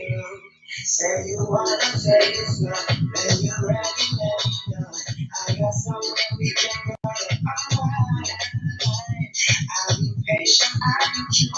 I'll be playing by the rules. Tell your friends I got you alright. Hey. All right. That song was by Dean. Shout out to the K-pop community. So what do you guys think about that track right there? It was dope. Wait, what'd you say again, talking? That's what I liked. It was dope. What's up, everybody else? What y'all think? It's kicking. It's kicking. I like it. What's up? You found the song yet, fam? I wouldn't know how to play it, so we can all hear it. I mean, if you got Message it to you. oh yeah, you can send it to Mike. Just send it to the group, and then see if we can download that. Or if you got a speaker, just play shit next to the speaker. Y'all are on my speaker right now. Hold on. Play one more song. I got this real quick. I'm gonna leave this up right now. What? Hold on.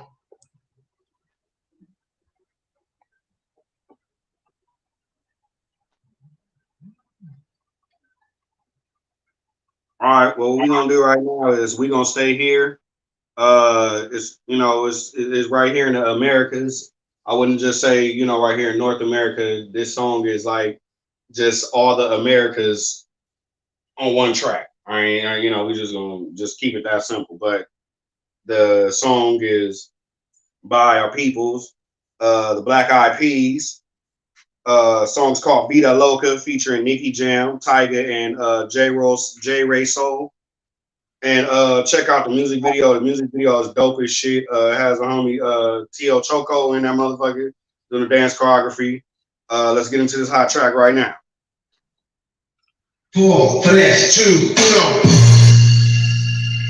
Also, too, shout out to MC Hammer and Rick James.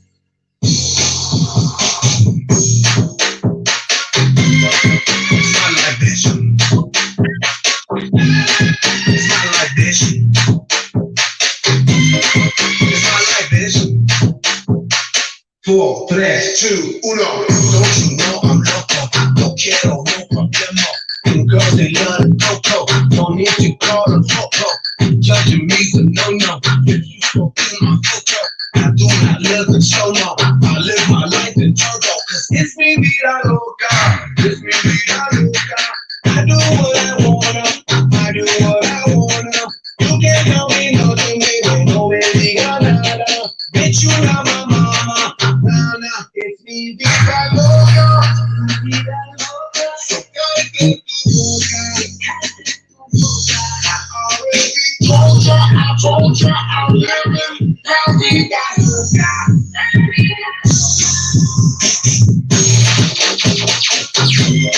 It's not like this. It's not like this. It's not like this. Damn show, folks. 4, 3, 2, 1. Vida loca, no la te rico con una canción y me gusta el pique. Dinero, estamos pa' eso, olvídame de que yo rompo el verso. Esto lo hicimos para hacer la discoteca. Aquí me miedo, lo dejamos en la nevera. Es mi vida loca, es mi vida loca. Nadie me la toca, nadie me la toca. Es mi vida loca, y a ti no me importa. Bitch, you're not my mama. It's mi vida loca, mi vida loca. So gotta get you loca.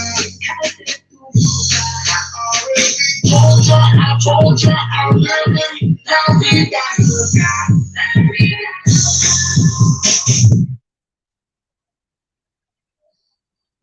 So what do y'all think about that track by Black Eyed Peas? It's called Vida Loca, featuring Nicky Jam, J Ray Soul, and Tyga. Where has Fergie been? I like the beat, but where has Fergie been?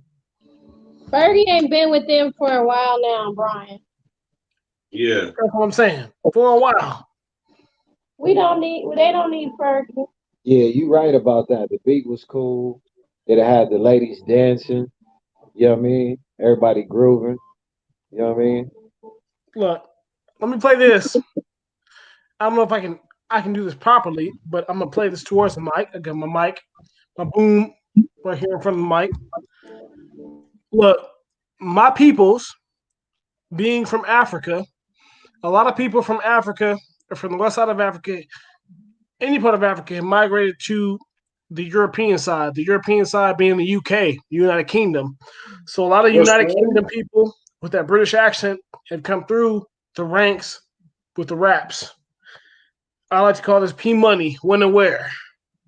It's just my version of what we do over here in there. Hold on.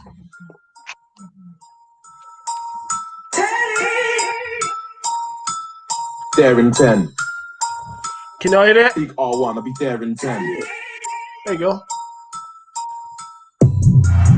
Where and when? Peak these all one, I'll be daring 10. I am the boogeyman scaring men. Pull out my name and I appear with 10. Come to a video, shoot to the ends. I will turn up early on, then the cameraman, bare equipment, you be thinking it's them. Hold on, wait there, where's his lens? There's his lens, unsight fighting, where's his friends? You men are camping, my animals are out raiding for you with bare intent. Why would I scrap when I'm here with skanks? Man, don't care if your ears are bent.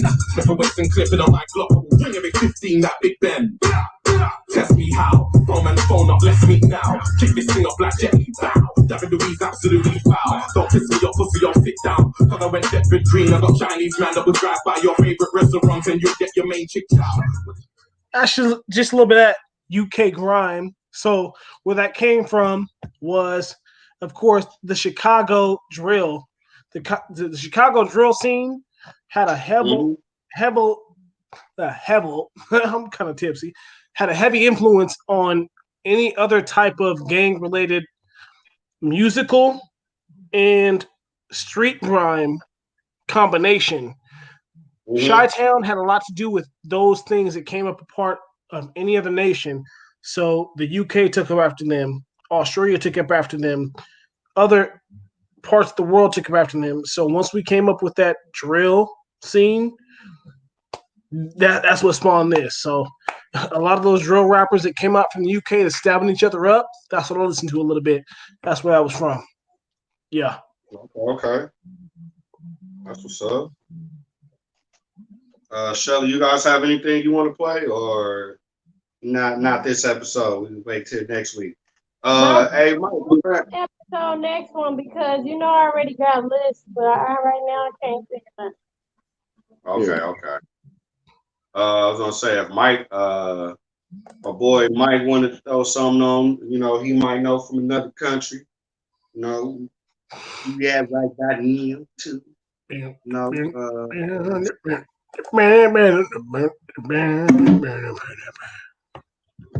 I'm gonna play a track right now from here, from the West Coast in Cali. This is actually family. It's my little cousin, Shoreline Mafia. Shout out to Shoreline Mafia. It's my little cousin, new single.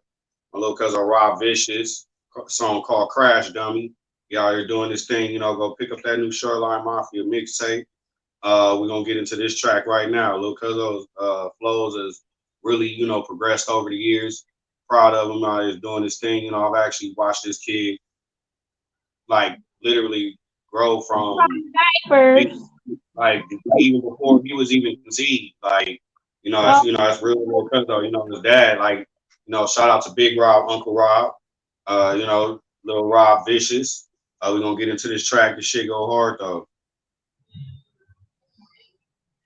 Hey Rob, I think the band's listening. Hey. Oh, nigga, I'm so fly, I flew. Hold on, let me turn it up. If you ain't know me, turn it me 101. Hey, my name is Rob. Hey, I done call me Robbie because I rock. I treat my family like the mob, and I ain't never had a job, swear to God. Tell you pussy niggas run up wrong, I be the reason why your homie RP when it's all fuck, nigga. Put in my pocket like 10. I'ma fuck this money up and run it right up again. Oh, kid. Niggas tryna do what I did. And all that pocket watching bitches be like, Rob, hey, I'm 45, make a job, nigga. Y'all money with the gang, y'all agree. Fuck a baby gun, nigga, on my top face. I'm a bang, I'm on my face. You must be a crash dummy. Nigga, you must be a crash dummy, hey. And all the niggas. Hey, pull up on a nigga, make a nigga hit his two-step, hood hopping nigga every week, you get a new set. If you ain't getting played, this fucker. They say Lil Robbie going nuts, bitch sucker. Niggas saying stuff, so he gangs like bust. I ain't switching up, they lie or nothing. These fuck niggas can't see me, don't watch me, little baby, watch TV. Fuck 12 niggas, free, 03, on the road right now, I gotta be low key. So my killer out, he probably on stage. Hit the floor, probably making those knees. I chop a nigga up like Rose. I chop a nigga up. Hey, like 45, make a job. Y'all running with the gang, y'all keep. Fuck a baby gun, nigga, on my top pics. I'ma take some nigga on my feet. Hey, that shit, you must be a crash dummy. Hey, I can get a nigga whack cash money. Hey, nigga, you must be a crash dummy. Hey, and all the nigga know is cash money. Hey.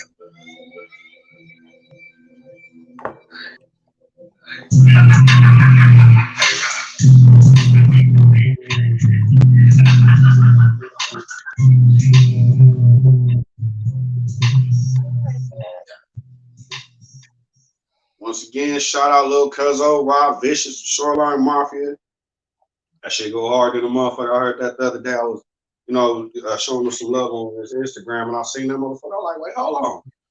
And, and it's crazy because most people that know me, I'm into like lo-fi shit. I still got my, thug life moments, but I try to listen to shit that keep me mellow most of the time.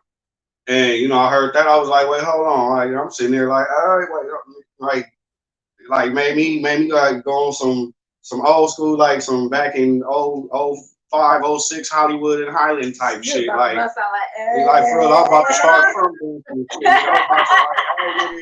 Like, wait, hold on, where these niggas at so I can go battle a nigga with from there. Like, fuck, I'm finna assemble the crew, nigga. We finna go to North Hollywood and go up there, go find these niggas that be bad crumping and shit.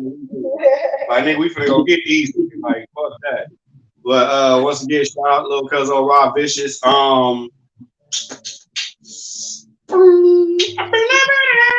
She is over me, all right, in a second, we're gonna keep this goddamn music going, fucking.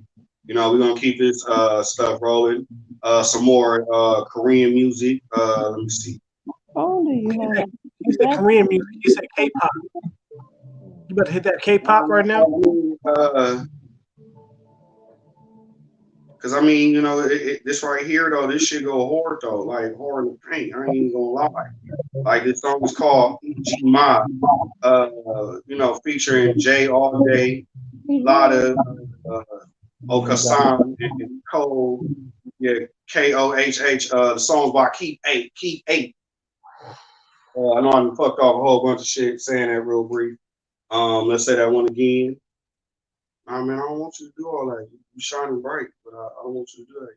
You shining bright, but you ain't shining right, and that's the cold thing. Like goddamn. Like wait, hold on, got some motherfucking buttons and stuff. You pushing? There we go. Straight. All right, look. Gonna get into this next track. It's called "It G Mount" by Keith 8. Let's go.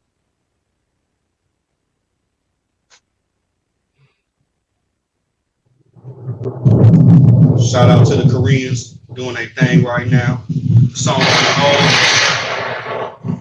old. Shit's still hard though.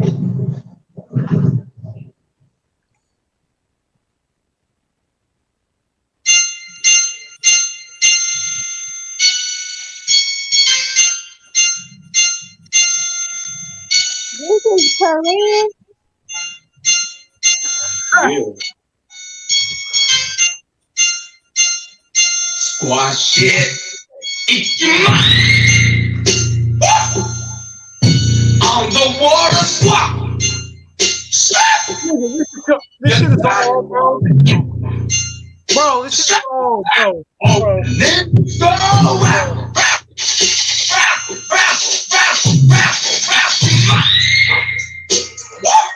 Korean. On the water swap. Come on, where you gonna turn up? You got it rolling. Oh, the ninjas go rap.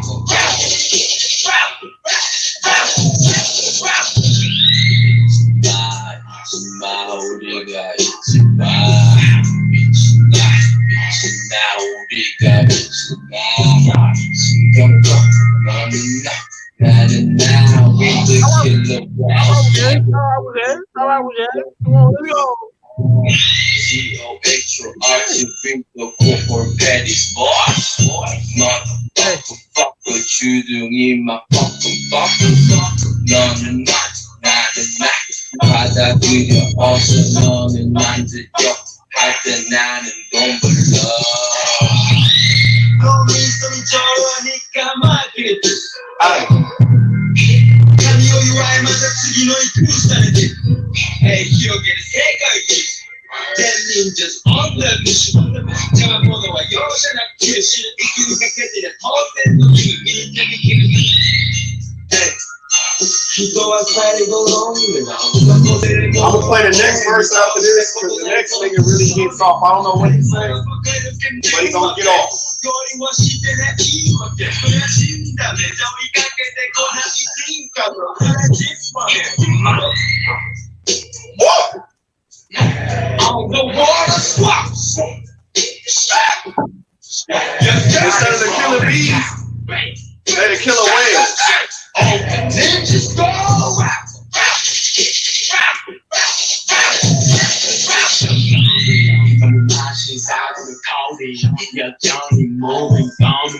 you down, you know it's gone.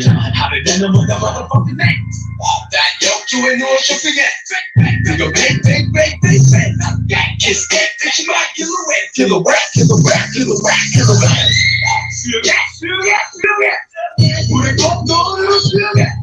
So they come, feel that. So they stop, like you nigga, feel that. Get it, got it, you better get it. Charge that what you might attempt. Get you my charge that it. Let you mind charge that it came from the gas. Who the bitches get a step. Alright. That was the Underwater Squad. Song was Eat G Ma by Keith A. Song, what does everybody think about that?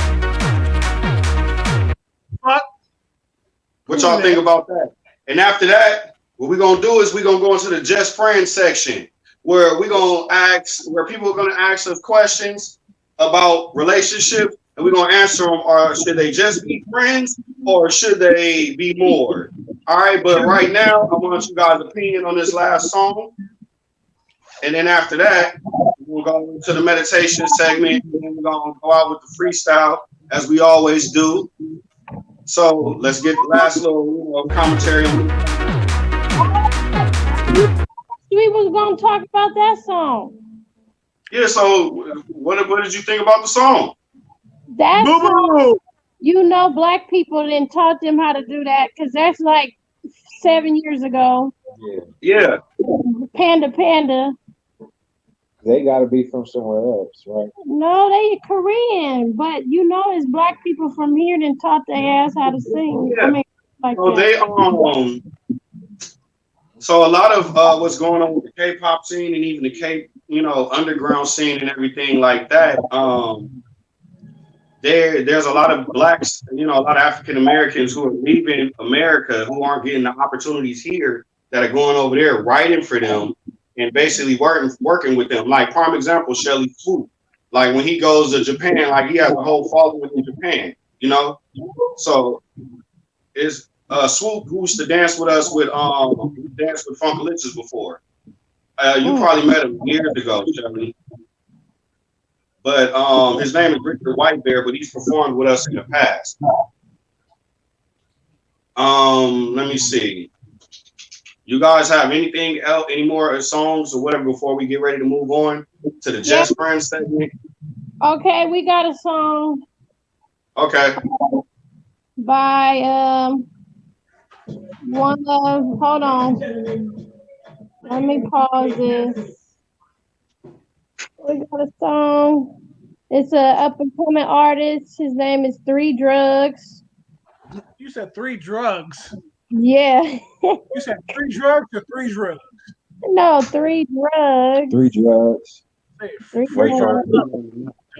You said 2 wasn't enough. 1 wasn't good. 2 wasn't enough. 3 is right. I'll tell y'all about that later, but but he got good dude. That's like a little brother to me. But here's one of his songs. Let's see if y'all can hear it. You can actually turn it towards the so they can see that. No, they just listen. Yeah. All I know is came back. When he tried to slide back on the same thing. Yeah. Nigga, I don't know him. Nigga, he wasn't with me. Shooting up in the gym. Yeah. Sorry for the note. I was a young nigga, big blowers up at school. Yeah. Sorry for the flex. Diamonds in my watch and G come with a whip. Yeah. You niggas ain't on that. Diamonds in my teeth, got motherfucking correct. Yeah. Big blower on my waistline. Niggas know the death of the child, nigga, at waistline. Yeah. Like I put you on my shoes. Diamonds on my watch, I was just in the county blue, nigga, so. See the nigga, we gon' underscore. Little nigga tripping, take his ass off my boy, yeah. Flex couldn't take the stove, nigga on the breast, nigga don't break the code, Never really in it, 100 bands on you, niggas know what it is. 100 bands on you, niggas know what's the deal. Niggas fucking tripping that nigga, I'm finna deal. $700 for me, 100 people. Dub and H on the big damn, they know the deal. Blower, I'm in the deal. Got niggas in the pen, I wish them niggas appeal. Double back and check shit, fuck out these niggas feel. McKinley at First Street, nigga, yeah, I'm a trail. All I know is gang bang, so I go on this side, we sliding back in the same thing. Nigga, I don't know him. Nigga wasn't with me, should not been a champ. Yeah. Sorry for the news. I was a young nigga reading blowing up at school. Yeah. Sorry for the flex. Diamonds in my watch, AMG comes with a weapon. Yeah.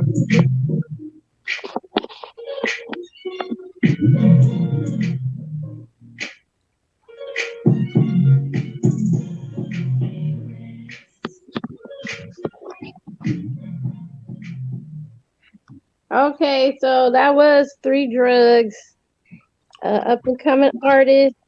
He actually got a couple of he got about 5 videos. He got and he already got what 1.3 thousand views. That sounds heavily Bay influenced. I like that. But it's funny because he's from the west side of LA.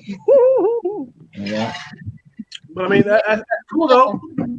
I still appreciate it. But I like that Bay West Coast hyphy influence. I mean, we all part of the same West Coast. So Right. I appreciate that. Right. Jamal, you got it? It was dope though. I mean, it's a cool little, vibe to it. We proud of him. I mean, he just started probably 6 months ago. Already got a big following. We'll one day we'll have him where you can interview him and I'll bring him through, just like how you would bring him through like Rob. Yeah, we Rob gotta Vicious get and Rob stuff, on there. because I will let Rob and little bro right there beat each other because they got some skills. You feel me? They got some skills. Young melanated brothers got some skills. He got skills. Yeah, we didn't even know that they had those talents, and they just came out of nowhere. That's for real. Rob. Yeah. We didn't even know little Rob can rap. We didn't know that he could rap at all. Jamal, he was not rapping when he was little. Yeah, he was kind of more. I just know him for being quiet. Yeah, that's what I was gonna say. He was quiet. Real. You know what it was, and I can kind of contest to it, but probably what most likely happened was the fact that once you get a taste of performing and that crowd and that rush that you get from it, it becomes addictive, and that's what they were mainly doing. They were just doing shows, show after show after show. They were knocking it out the park most of the time, and that's basically, how they built their following, especially because they got on right at the right time, But that's good that he, I'm glad that he was able to go down that path to be able to, work with them because, honestly, you guys know as well as I do that it was a little bit different, for him in the beginning. And the music really saved his life.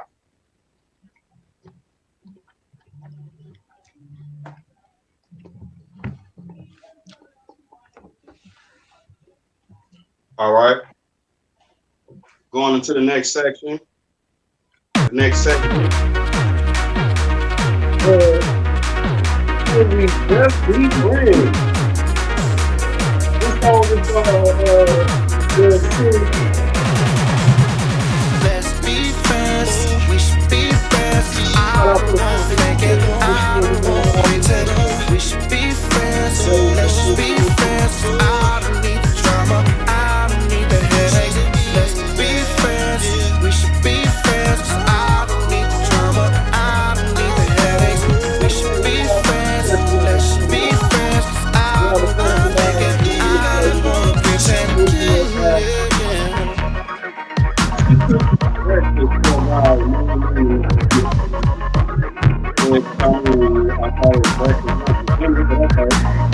Breakfast morning and night. Since a guy be thankful, well, that's not. These things are not being thankful. But since we're breakfast morning and night. Just friends, is what you want to know should they be, or should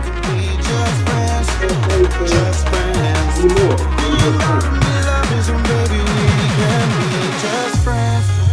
Just friends. We ain't gotta be lovers, and baby, we can be. Well, I think it should be me personally. I think because this one I don't want to really talk too much. It's either just friends or more. I'm sorry, you guys. I know we want to elaborate on it, but we're trying to get through it, and we just want to give these people just quick answers. It's either we be just friends or something more. Just based off the limited information that we were given about her cooking them breakfast morning, noon, and night. And Who we talking about? Who we talking about? Who we talking about? What's the video? What's the stance? Basically, should she just be friends with this person, or should she be more? Somebody basically is chimed in and asking us. Yeah, somebody sending me messages and asking this. Right now. Oh, look. If somebody's asking you for breakfast, we're not going too deep into it. It's either just friends or something more. But he didn't. Just friends. You didn't finish telling us what the hell was going on. That is what was going on. I said it was very limited information. All right, check this out. Very limited information because I've dealt with this before. I've had a girlfriend, and I asked her, look, just like I would say, if you go out with one of your friends, if I say, look, one of my friends and I are going out, somebody who I knew before you, but I might not have, I might have told you or not have told you about our past relationship, regardless of what it was, we're gonna go. So basically, what did you end up with her as? Just friends or something more? With the person that I went out to lunch with. What are y'all now? Nothing. Well, just friends or associates. All right, Mike, cue the music for the next question. Let's go. Let me see. I need to hear the music. How about just friends? We ain't gotta be lovers, and baby, we can be just friends. I've been talking to this guy back and forth on social media, particularly Facebook to be exact. And I was liking him, and then he sent me a picture of a tree. And he refused to send me to a body shop. When I asked him how tall he was, he said that he was 4'2". So,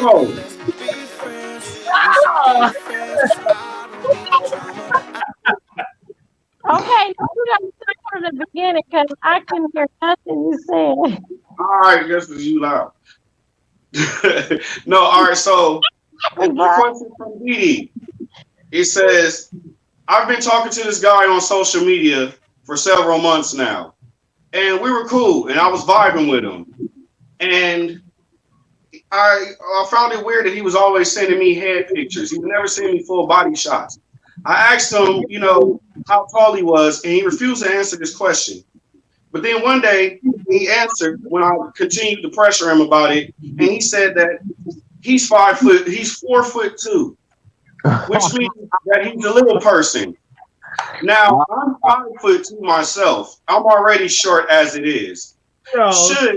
Now, I really like this guy, and we've been vibing.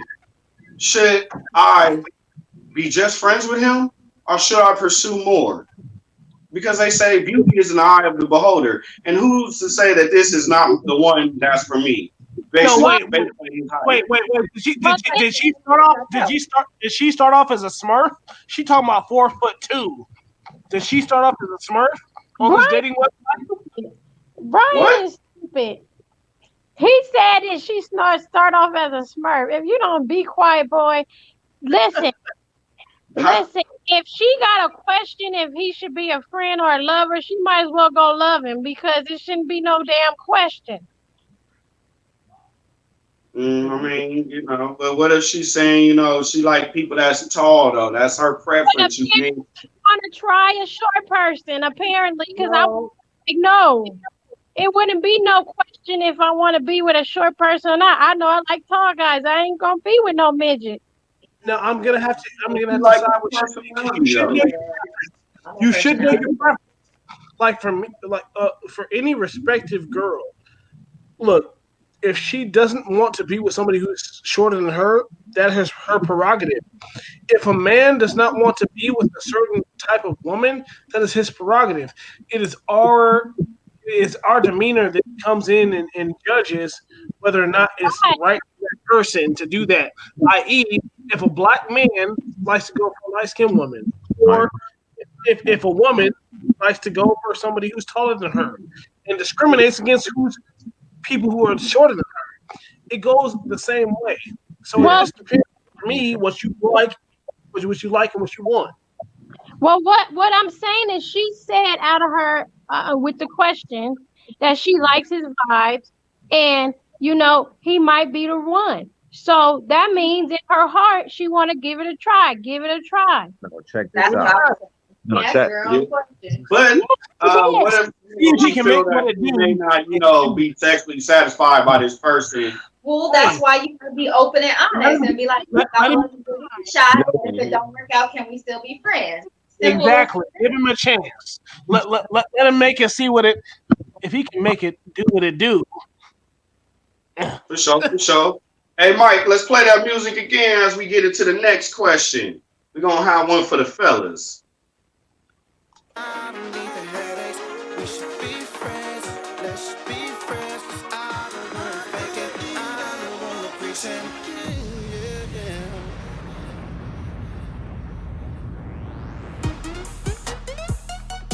All right.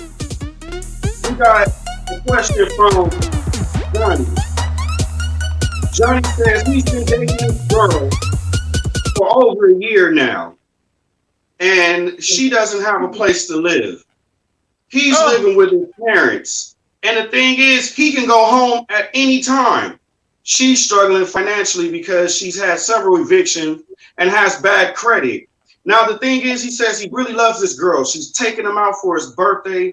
She's gone to Vegas with him. She's changed his life in ways that he says could be, that is, are unimaginable. And he said that he really wants to work things out, but she has bad financial habits. She has bad spending habits. The thing is, he said that they've been staying in and out of hotels for over a year now.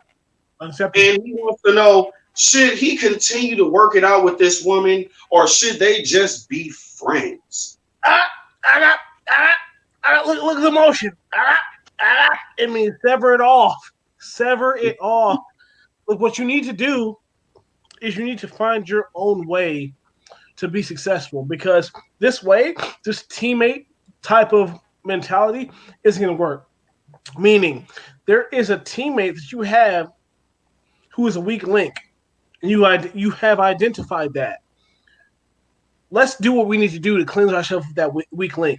If we want to form a conglomerate, we're wanting to form that with somebody who is like-minded, right?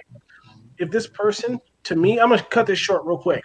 If this person isn't of that same like mindset of wanting growth, I'm not about that. I'm just going to cut it short like that.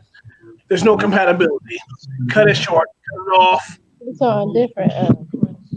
What was right. the again? Man, what the hell? I'm not finna repeat myself. I done already switched on. Dude was saying him and this girl staying in and out of hotel. Should he stay with the bitch? My bad. I didn't mean to call her that, but I don't know her name, so I just call him. That all. I guess collectively burnt out. I don't know. They were living in and out of hotels. Yeah, but the thing is, he was living with his parents, and he can go home at any time. But she was made poor financial decisions in her life, to where she's staying in and out of hotels because she has bad eviction, poor eviction records and bad credit. So it's hard for her to get a place. So she has to stay in, furnished hotels, every month or whatever. It sounds like she's older than him. That's and funny as hell, you are absolutely right. That's what I'm saying. You're absolutely right. That is true. What you think about it, Tokyo? About what? About the whole situation, dude? Do you think they should just be friends or pursue something? No, you need to figure out if you wanna better yourself, you wanna be in a better situation, choose better company.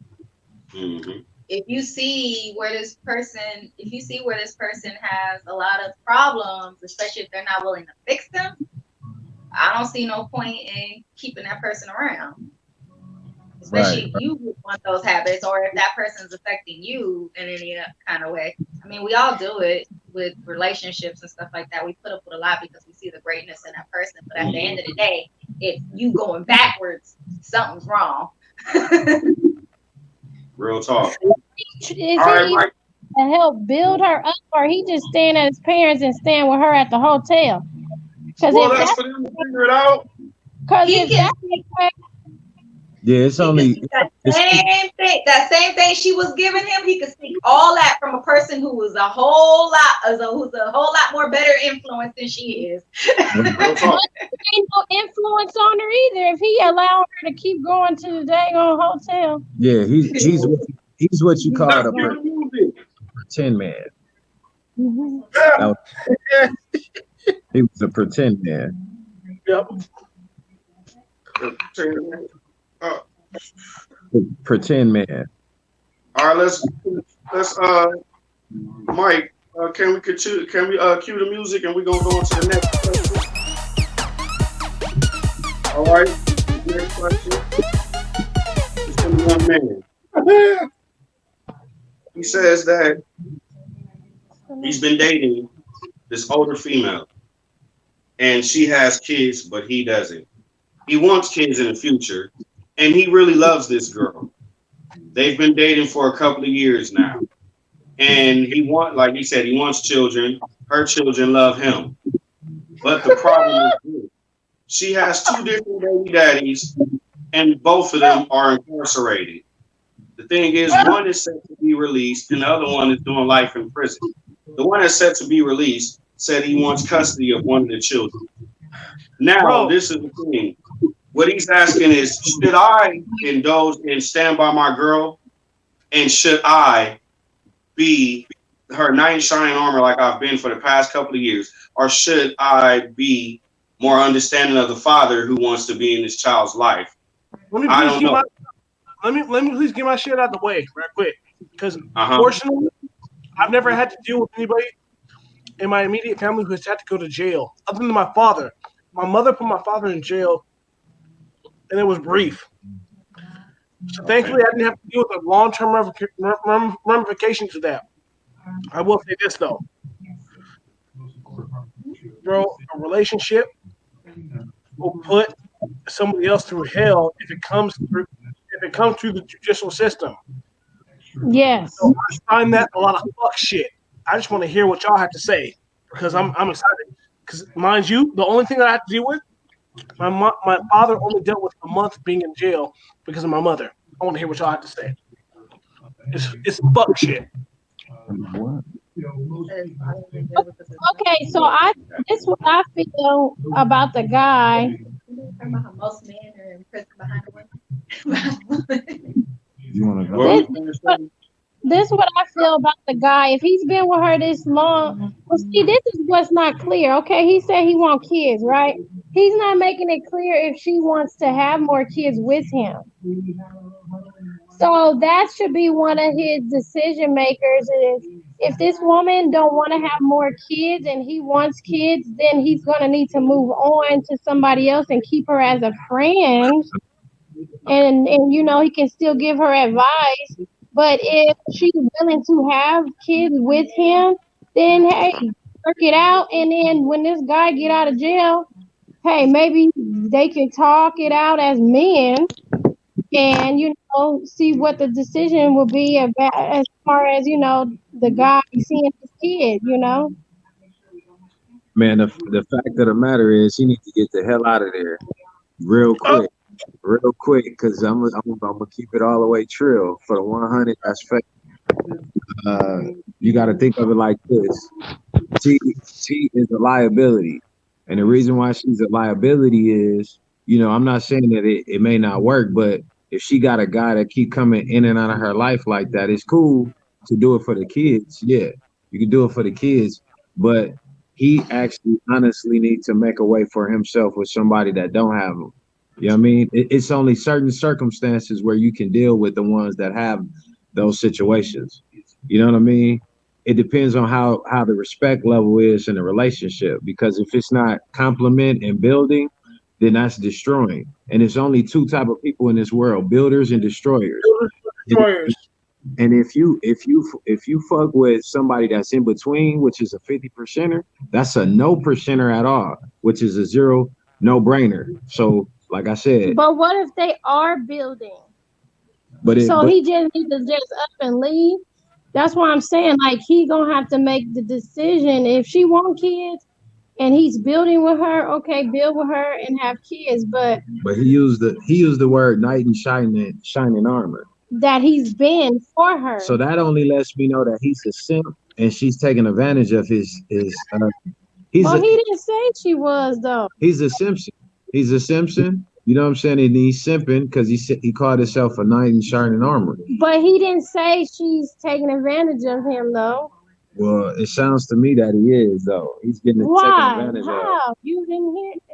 How you gonna say that? Why I just had deja vu? This is crazy. Maybe because he referenced it as knight in shining armor, and most people, when people do that, you think of a fairy tale. So maybe he likes being the knight in shining armor.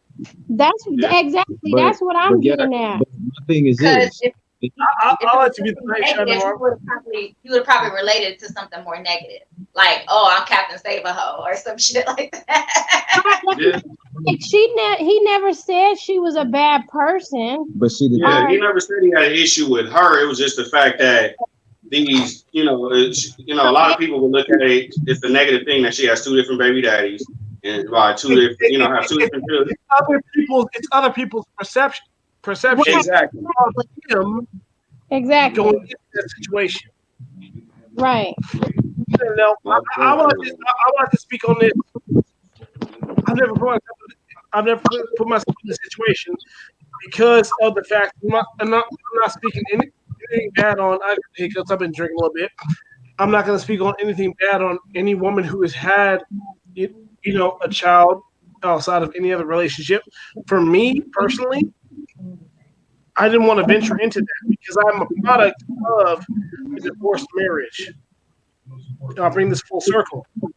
The fact that presented the fact that I have always wanted to find one woman and procreate with that one woman.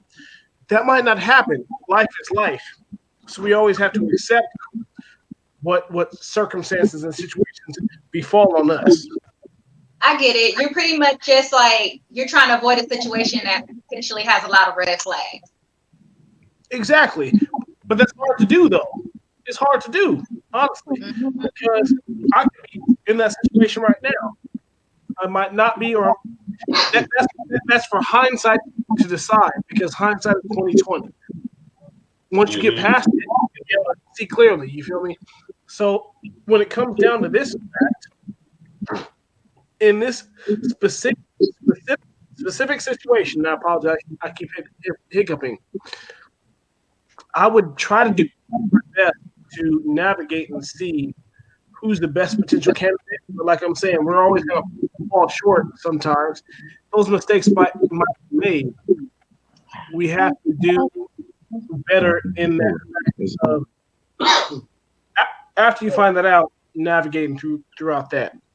My advice for him is to just acknowledge that there will potentially be drama and all this, and if he's prepared to go through it, if it happens, that's it. If he can think of the worst case scenario and be like, all right, she's worth it, then more power to him. Then like I said, he's made up his mind and he's gonna stick it out at that point. But if he's oblivious to the bad that could happen, then you don't do it.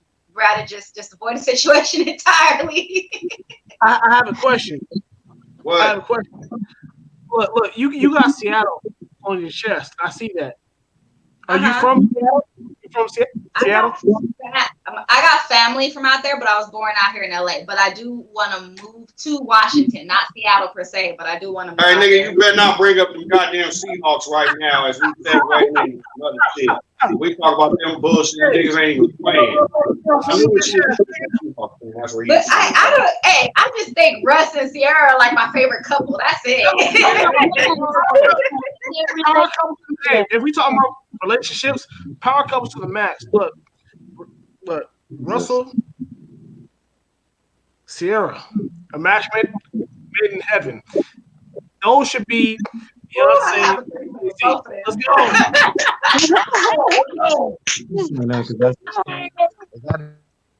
Huh? I would. Anyway. All right, y'all. Look, we about to get ready. Mike, can we cue the music? We're gonna go into this music. I want y'all to get ready. We're about to have a meditation session. We're gonna let the phone play out. Let's be friends. We should be friends. I don't wanna fake it. I don't wanna pretend. We should be friends. Let's just be friends. I don't need the drama. I don't need the headaches. Let's be friends. We should be friends. I don't need the drama. I don't need the headaches. We should be friends. Let's just be friends. I don't wanna fake it. I don't wanna pretend. I was thinking, maybe we could be, just maybe we could be. I was thinking, maybe we could be just friends. I was thinking, maybe we should be just friends. Maybe we should be, maybe we could be friends.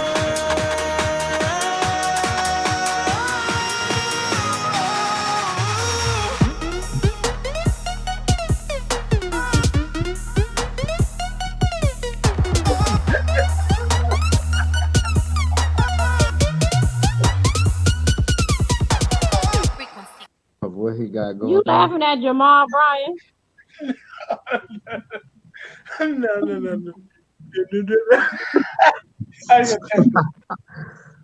Hey, All right, y'all. guys.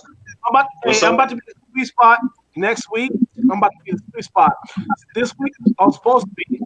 I was short on a little gas, petrol, food. Next week I'm gonna be out there. So I'm just having fun. We will welcome you here. Oh yeah. Welcome to the SweetSpot. As we're about to get into this meditation session, want you guys to sit back, relax, wherever you are, whatever you got going on, if that's what you want to do. Do your little stretches. If you want to do some yoga, you have, a blunt in hand, some drink, a bong, or whatever, Just don't be smoking no crystal meth right now. What the fuck? I'm just saying, It's people out there. niggas would be like, oh yeah, man, I got my bowl right here now. There's people out there like, Or even if you consume your edible, I want you to feel free to do what it is that you do. Be who you are. Just don't be weird and burnt out. You just don't do crystal meth. That's a no-no.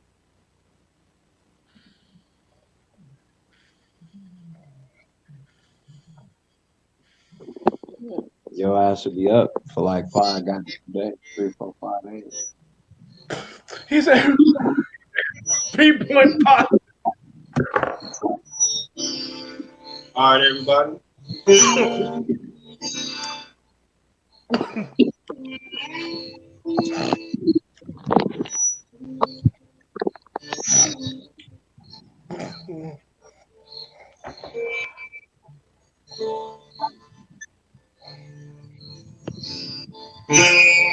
If you're able to hear my voice, I want you to sit and just take deep thoughts. Take deep breaths while you're taking deep thoughts. Digging deep into your soul.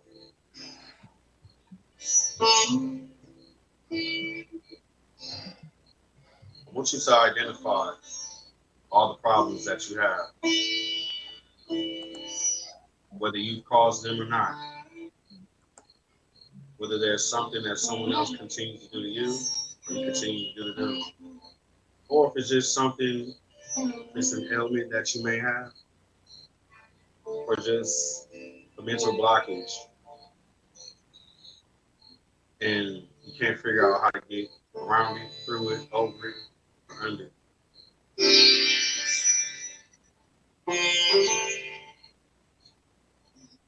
I want you to sit and reflect upon what your goals are, what it is that you want to accomplish, and how can you get there.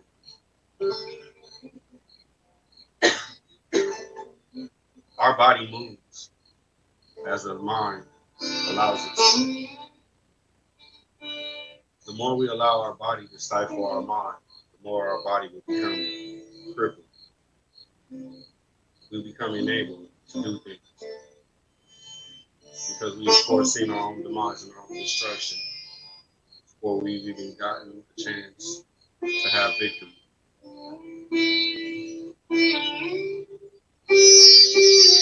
If you're feeling depressed, let it go. Because it's not worth consuming your own soul. Depression is an emotion that can't be changed. But it all takes hard work, self-dedication, motivation, determination, and also education as well. Education of the mind, body, and soul.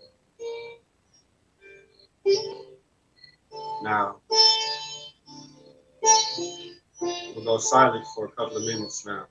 And I want you to think about how can you center yourself, opposed to being self-centered. How can you center yourself and be a beacon of light and hope for others? Transition your positive energy onto others in order for you to gain. In order for you to gain. We're gonna leave it right there. So take your sip, get your drink, take your hit of your blunt, get your bone, consume your edible. Close your eyes and listen to the sounds of the rain if it's raining where you are. You can't hear the music.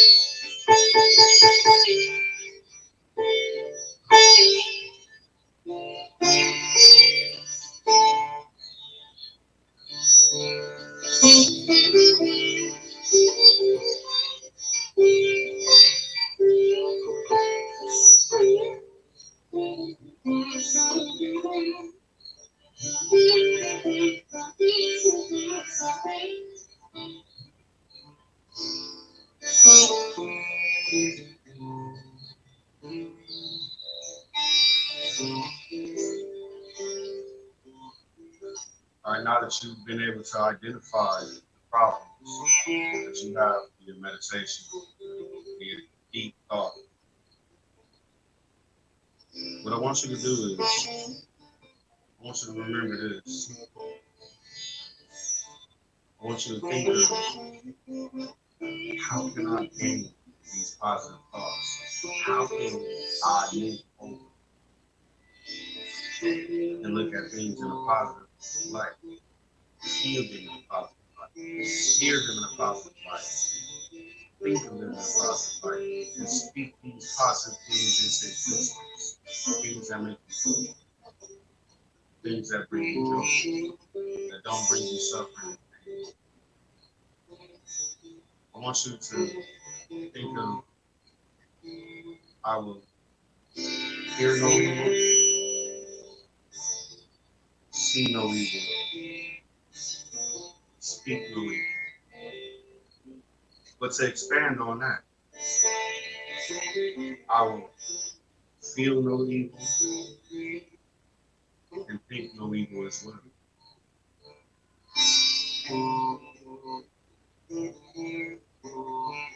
So, what you reflect on that for me?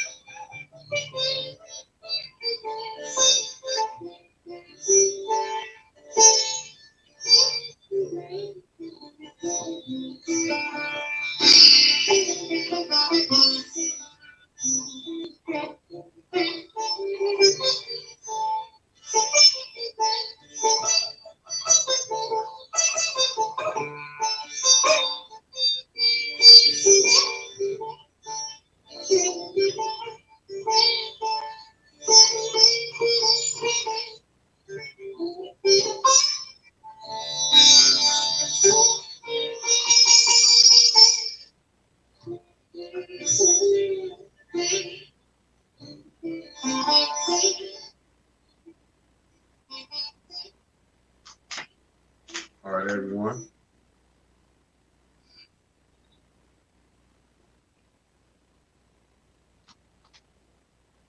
Welcome back.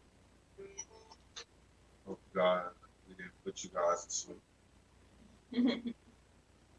And if we did, hopefully it was a peaceful nap. Hopefully, it was. Want you guys to feel good about yourselves in the area. My boy over there looking like he feeling right about himself. How you doing over there, Brian?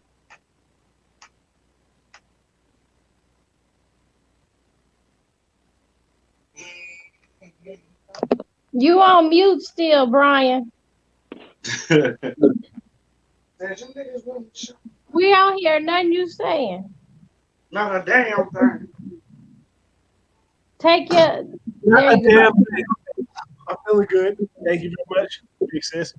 I'm feeling good. Definitely, I'm based in the conversation to this.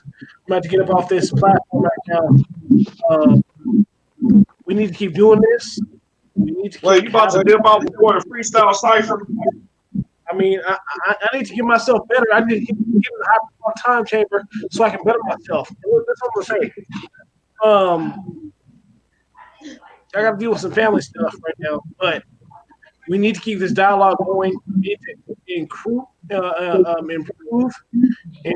and grow this base that we have. It's just like networking, just like marketing. We need to we need to pull as we can with the knowledge. We're not selling anything. We're just providing knowledge. So what we need to do, we need to keep this going to provide a base for the people who are trying to receive that. And then we can reach out to the people who are who we need to reach. But this is a great platform for the people who are just trying to be a sponge, trying to learn. I'm glad to be back on here with Naisha and the homegirl from Seattle, which I'm just seeing. She's repping Seattle. I have to get in contact because you intrigue me too much. But definitely. Yeah, for sure. I'll give it to Jamal so he can give it to you. Definitely. We'll have to connect. Shelburne, big sister. Yeah, he got my contact info. Just ask him for it. You gotta spit before you go. Come on, sir. I can't. I'm too. Man, picture me rolling this on, nigga. Okay. I know you're not as bad as Josh. All right. No, I'm not as bad as Josh. Not at all. Hey, Josh his words more. Okay.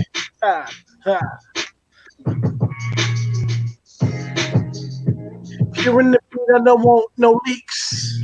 I don't want no niggas coming up freaks. Hold on, wait. No, wait. It's all right, though. It's all right.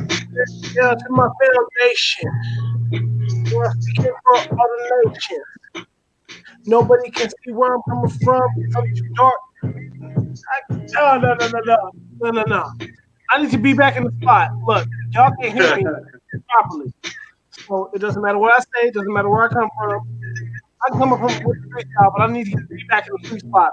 So I promise y'all I'm going to be back there like within the next week. I can break y'all off with something right now, but I'm not prepared, honestly. So let me get up out of here, but I'm going to see y'all real soon. I'm going to get your contact.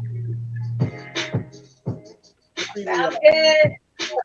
All right. Bye. All right, Brian. All right, y'all. See you next time. All right, you guys about to hop off too? Yeah, it's 11:30. It's getting late. All right. We got a little bit of time left. We towards the end. We're gonna do our little freestyle cipher. See you guys next week. Jamal. Video. More of a poet, but Jamal. I don't have nothing. All right, ready to hop in on the freestyle cipher? Where you going? Right now, you gotta come on right now. Oh, you want to get your glasses? All right. All right, get you. I got a pack of beats. I got a pack of Black and Miles and a beat CD. Get your freestyle ready. Yeah.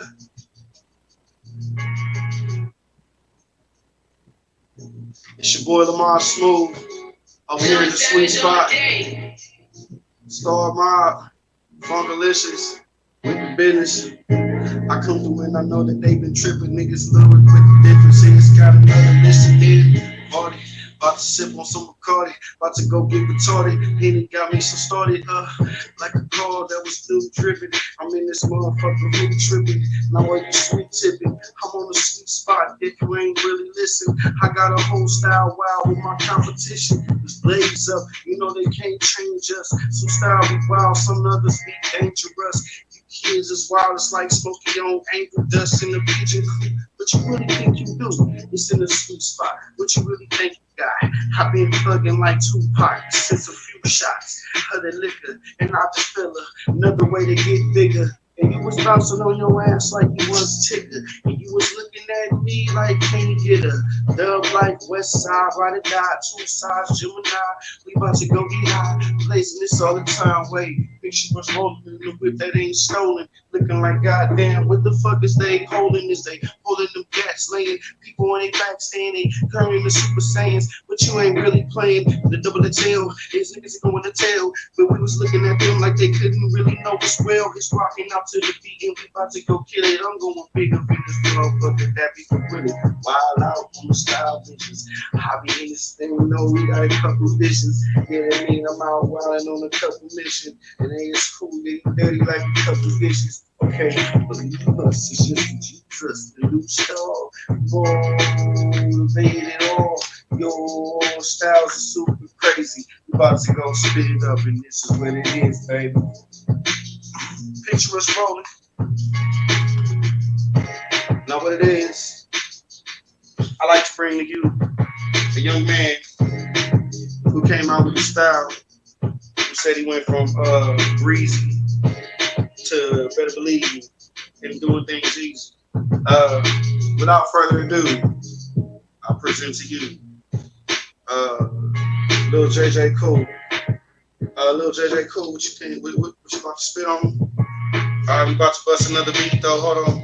Next beat about to come on. Introduce yourself. Let them know what you representing. You feel me? Shout out what you represent, boy. Represent Ricky Bronx. Okay. LA. Uh-huh. I got these shoes on one of a kind, man. Well, I can't see him though, man. You gotta like stand up. Yeah, there you go. Kind, man. Okay. All right. Customized by me. Okay. Got that damn my initial. Okay, you said you got that. On the other shoe, BLM, Black Lives Matter. Okay, that's what's up. That's what's up all day, every day. Now, you know, we heard about your intricate style for a while. You feel me? You said you like making them crack a coke with a smile. So what you about to do is we want to kick another beat. You're going to bring that heat. You feel me?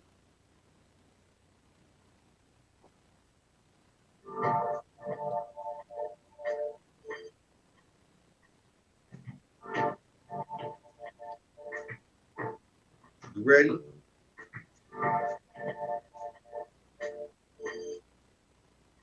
Okay.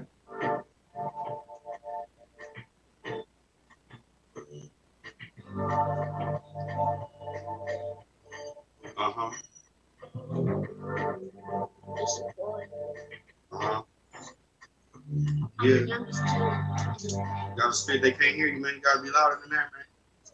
I'm the youngest kid in this thing.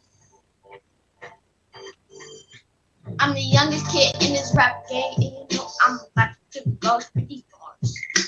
About to go in the car. Wait, I can't get too far. I need some gasoline to get on. You gotta spit, man.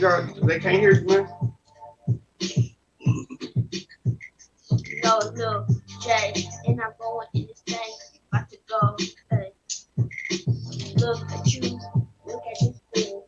Look at him. Look at me too. Don't look alike. Out like a light. And my dad. I'm a sub like I can. Hey. And we about to go kill it. We always with the business and we step up in the building. Don't care about your feelings. I'ma tell you what it is, cause it could be a difference. Like, what we gonna do? Keep it just going, cause we so cool. Shock the game, superpower, thunder shock like Pikachu. But you really never knew. It's IBSM-OOE that we spell it smooth. It's still a mind smooth. Sweet spot. Show. Neon funk is what we do. Getting it crazy, baby. You know just how I move, okay? Rocking out to the beat. You know we really see just what it is, cause it can be a difference. These niggas all up in their feelings, and I swear that they tripping, okay? Tell them what it is, little man. Wait. And if you don't know, now you know. This is the end of the show. Okay. If you don't know, now you know. Cause this is the end of the show. Let me hit him with the vocalizations real quick.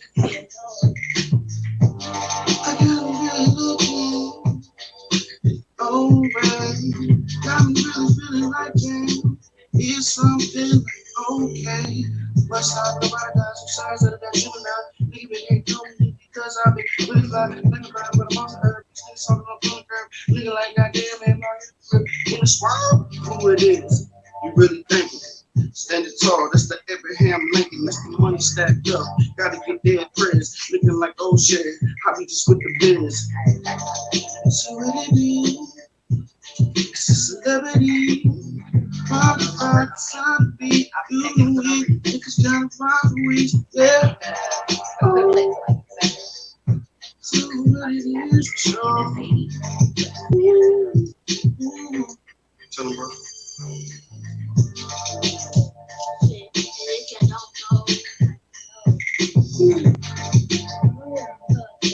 This is the end of the show. I know everybody. They gotta go to work tomorrow, maybe not. I gotta go to school tomorrow. Gotta go to You school. sure do. Remember that?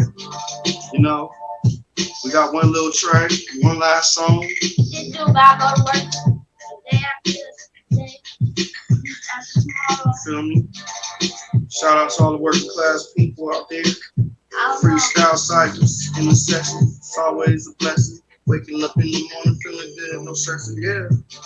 Now, this song right here, we're about to smooth it out. We got a little bit left to go. We got probably like about 10 minutes, y'all. Now, this song right here, I want y'all to sit back, relax, and chill. And think about how to do this. 1, 2, 3. I was thinking you gonna put on this beat too. Woo. Hey.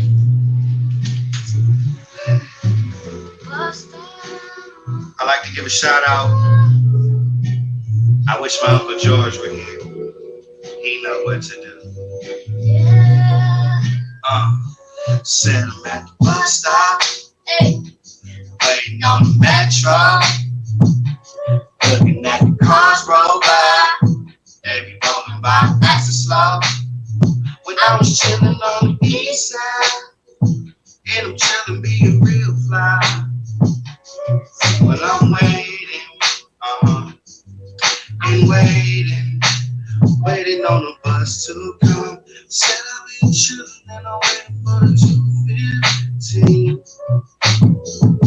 Said I'd be right 4:23, but it's 4:35. Damn, did I miss my bus? Man, this old dude said he came 3 minutes early, and I'm feeling like I'm about to go fill up your at the bus stop. Hey, waiting on the metro. I'm looking at the cars roll by. They be rolling by fast and slow. I was headed to the east side while I'm chilling, being real fly. And I'm waiting, and waiting on the bus to come. I'm sitting back, chilling, looking for a smile. I was hoping living single like my name was Kyle. Got me a brand new whip and a new coconut smile, but that shit hit on stall. Now I'm waiting, y'all. I hopped on the blue line, thought everything was fine, till the player ambassador had hit me up, asked me for my tap card, and I'm like, shit, I dropped that bitch, goddamn. Waiting at the bus stop, waiting on the metro, looking at the cars roll by, they be rolling by fast and slow. Bring it head. I was headed to the east side, and you know I'm being real fly. I'm waiting, waiting on Jamal, tell him what's up. You know I was at the bus stop, waiting on the bus to come. And my car broke down and I got no ride to you. And I just become a cousin, but he got no own. I just need to know, bro, how you did that, bro. Now I'm waiting at the bus stop,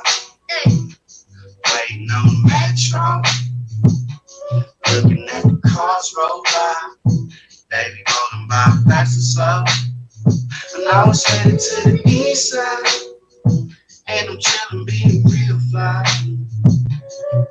I'm waiting and waiting on the bus to come. Said I'm chillin', waiting on the bus to come. Still come. Feel like I still had you. Said I got to, cause it's late. Sit away, and I'm waiting on us to come. I said waiting on us to come. I'm waiting on us to come. I'm waiting, baby. Said I'm waiting and I'm waiting. And I'm waiting for us to cross. All right, ladies and gentlemen, that was a Sweet Spot episode for this week. Hey, tune in next Thursday. We're going to have another live show for you. We'd like to thank all of our guests for coming out. We'd like to thank Homegirl Token. We'd like to thank Naisha for being on here once again. Shout out to the homie Brian, the innate one. Shout out to my sis Shelberg. Hey, shout out to TWZ Productions. Hey, Mike, cue that outro music. Also, too, you're going to be able to get the Sweet Spot. I'm telling you, man, like the song Keep It Hot, man, it's going to come out. And you're going to be able to keep it. You're going to be able to take it home with you. They got Air Gordons. We got the Air, the Air Neons. You feel me? Right here. We design our own shit. Let's take it out, Mike.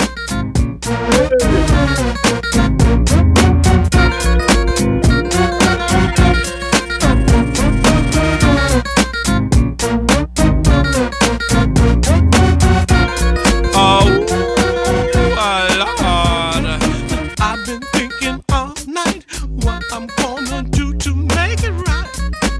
I'm gonna get some candy, and when my mind gets to going all kinds of places, and I just don't know what I'm gonna taste. Give me the candy, it's so Trust me, sweet. we got more things coming up next week. Yeah, it's like a Sweet Spot. wrapped up into Don't be afraid. one. It's just a couple things. Science international. Welcome to the Sweet Spot. Welcome to the Sweet Spot. Just keep it hot. Just keep it hot. Welcome to the Sweet Spot. Come on, get it spicy. Just keep it hot. Just keep it hot. Just keep it hot. Now Like my I said, I keep was Funk from alive. 9 to 5. Funkalicious is busy. Shout out to my boy Mike, TWZ Productions. Hey, let's get it. We out of here. Welcome to the Sweet Spot. Just keep it, just keep it hot. Just keep it hot. Welcome to the Sweet Spot. Come on, get it spicy. Just keep it hot. Just keep it hot. Just keep it hot. Always keep it hot. Everybody say. Welcome to the Sweet Spot.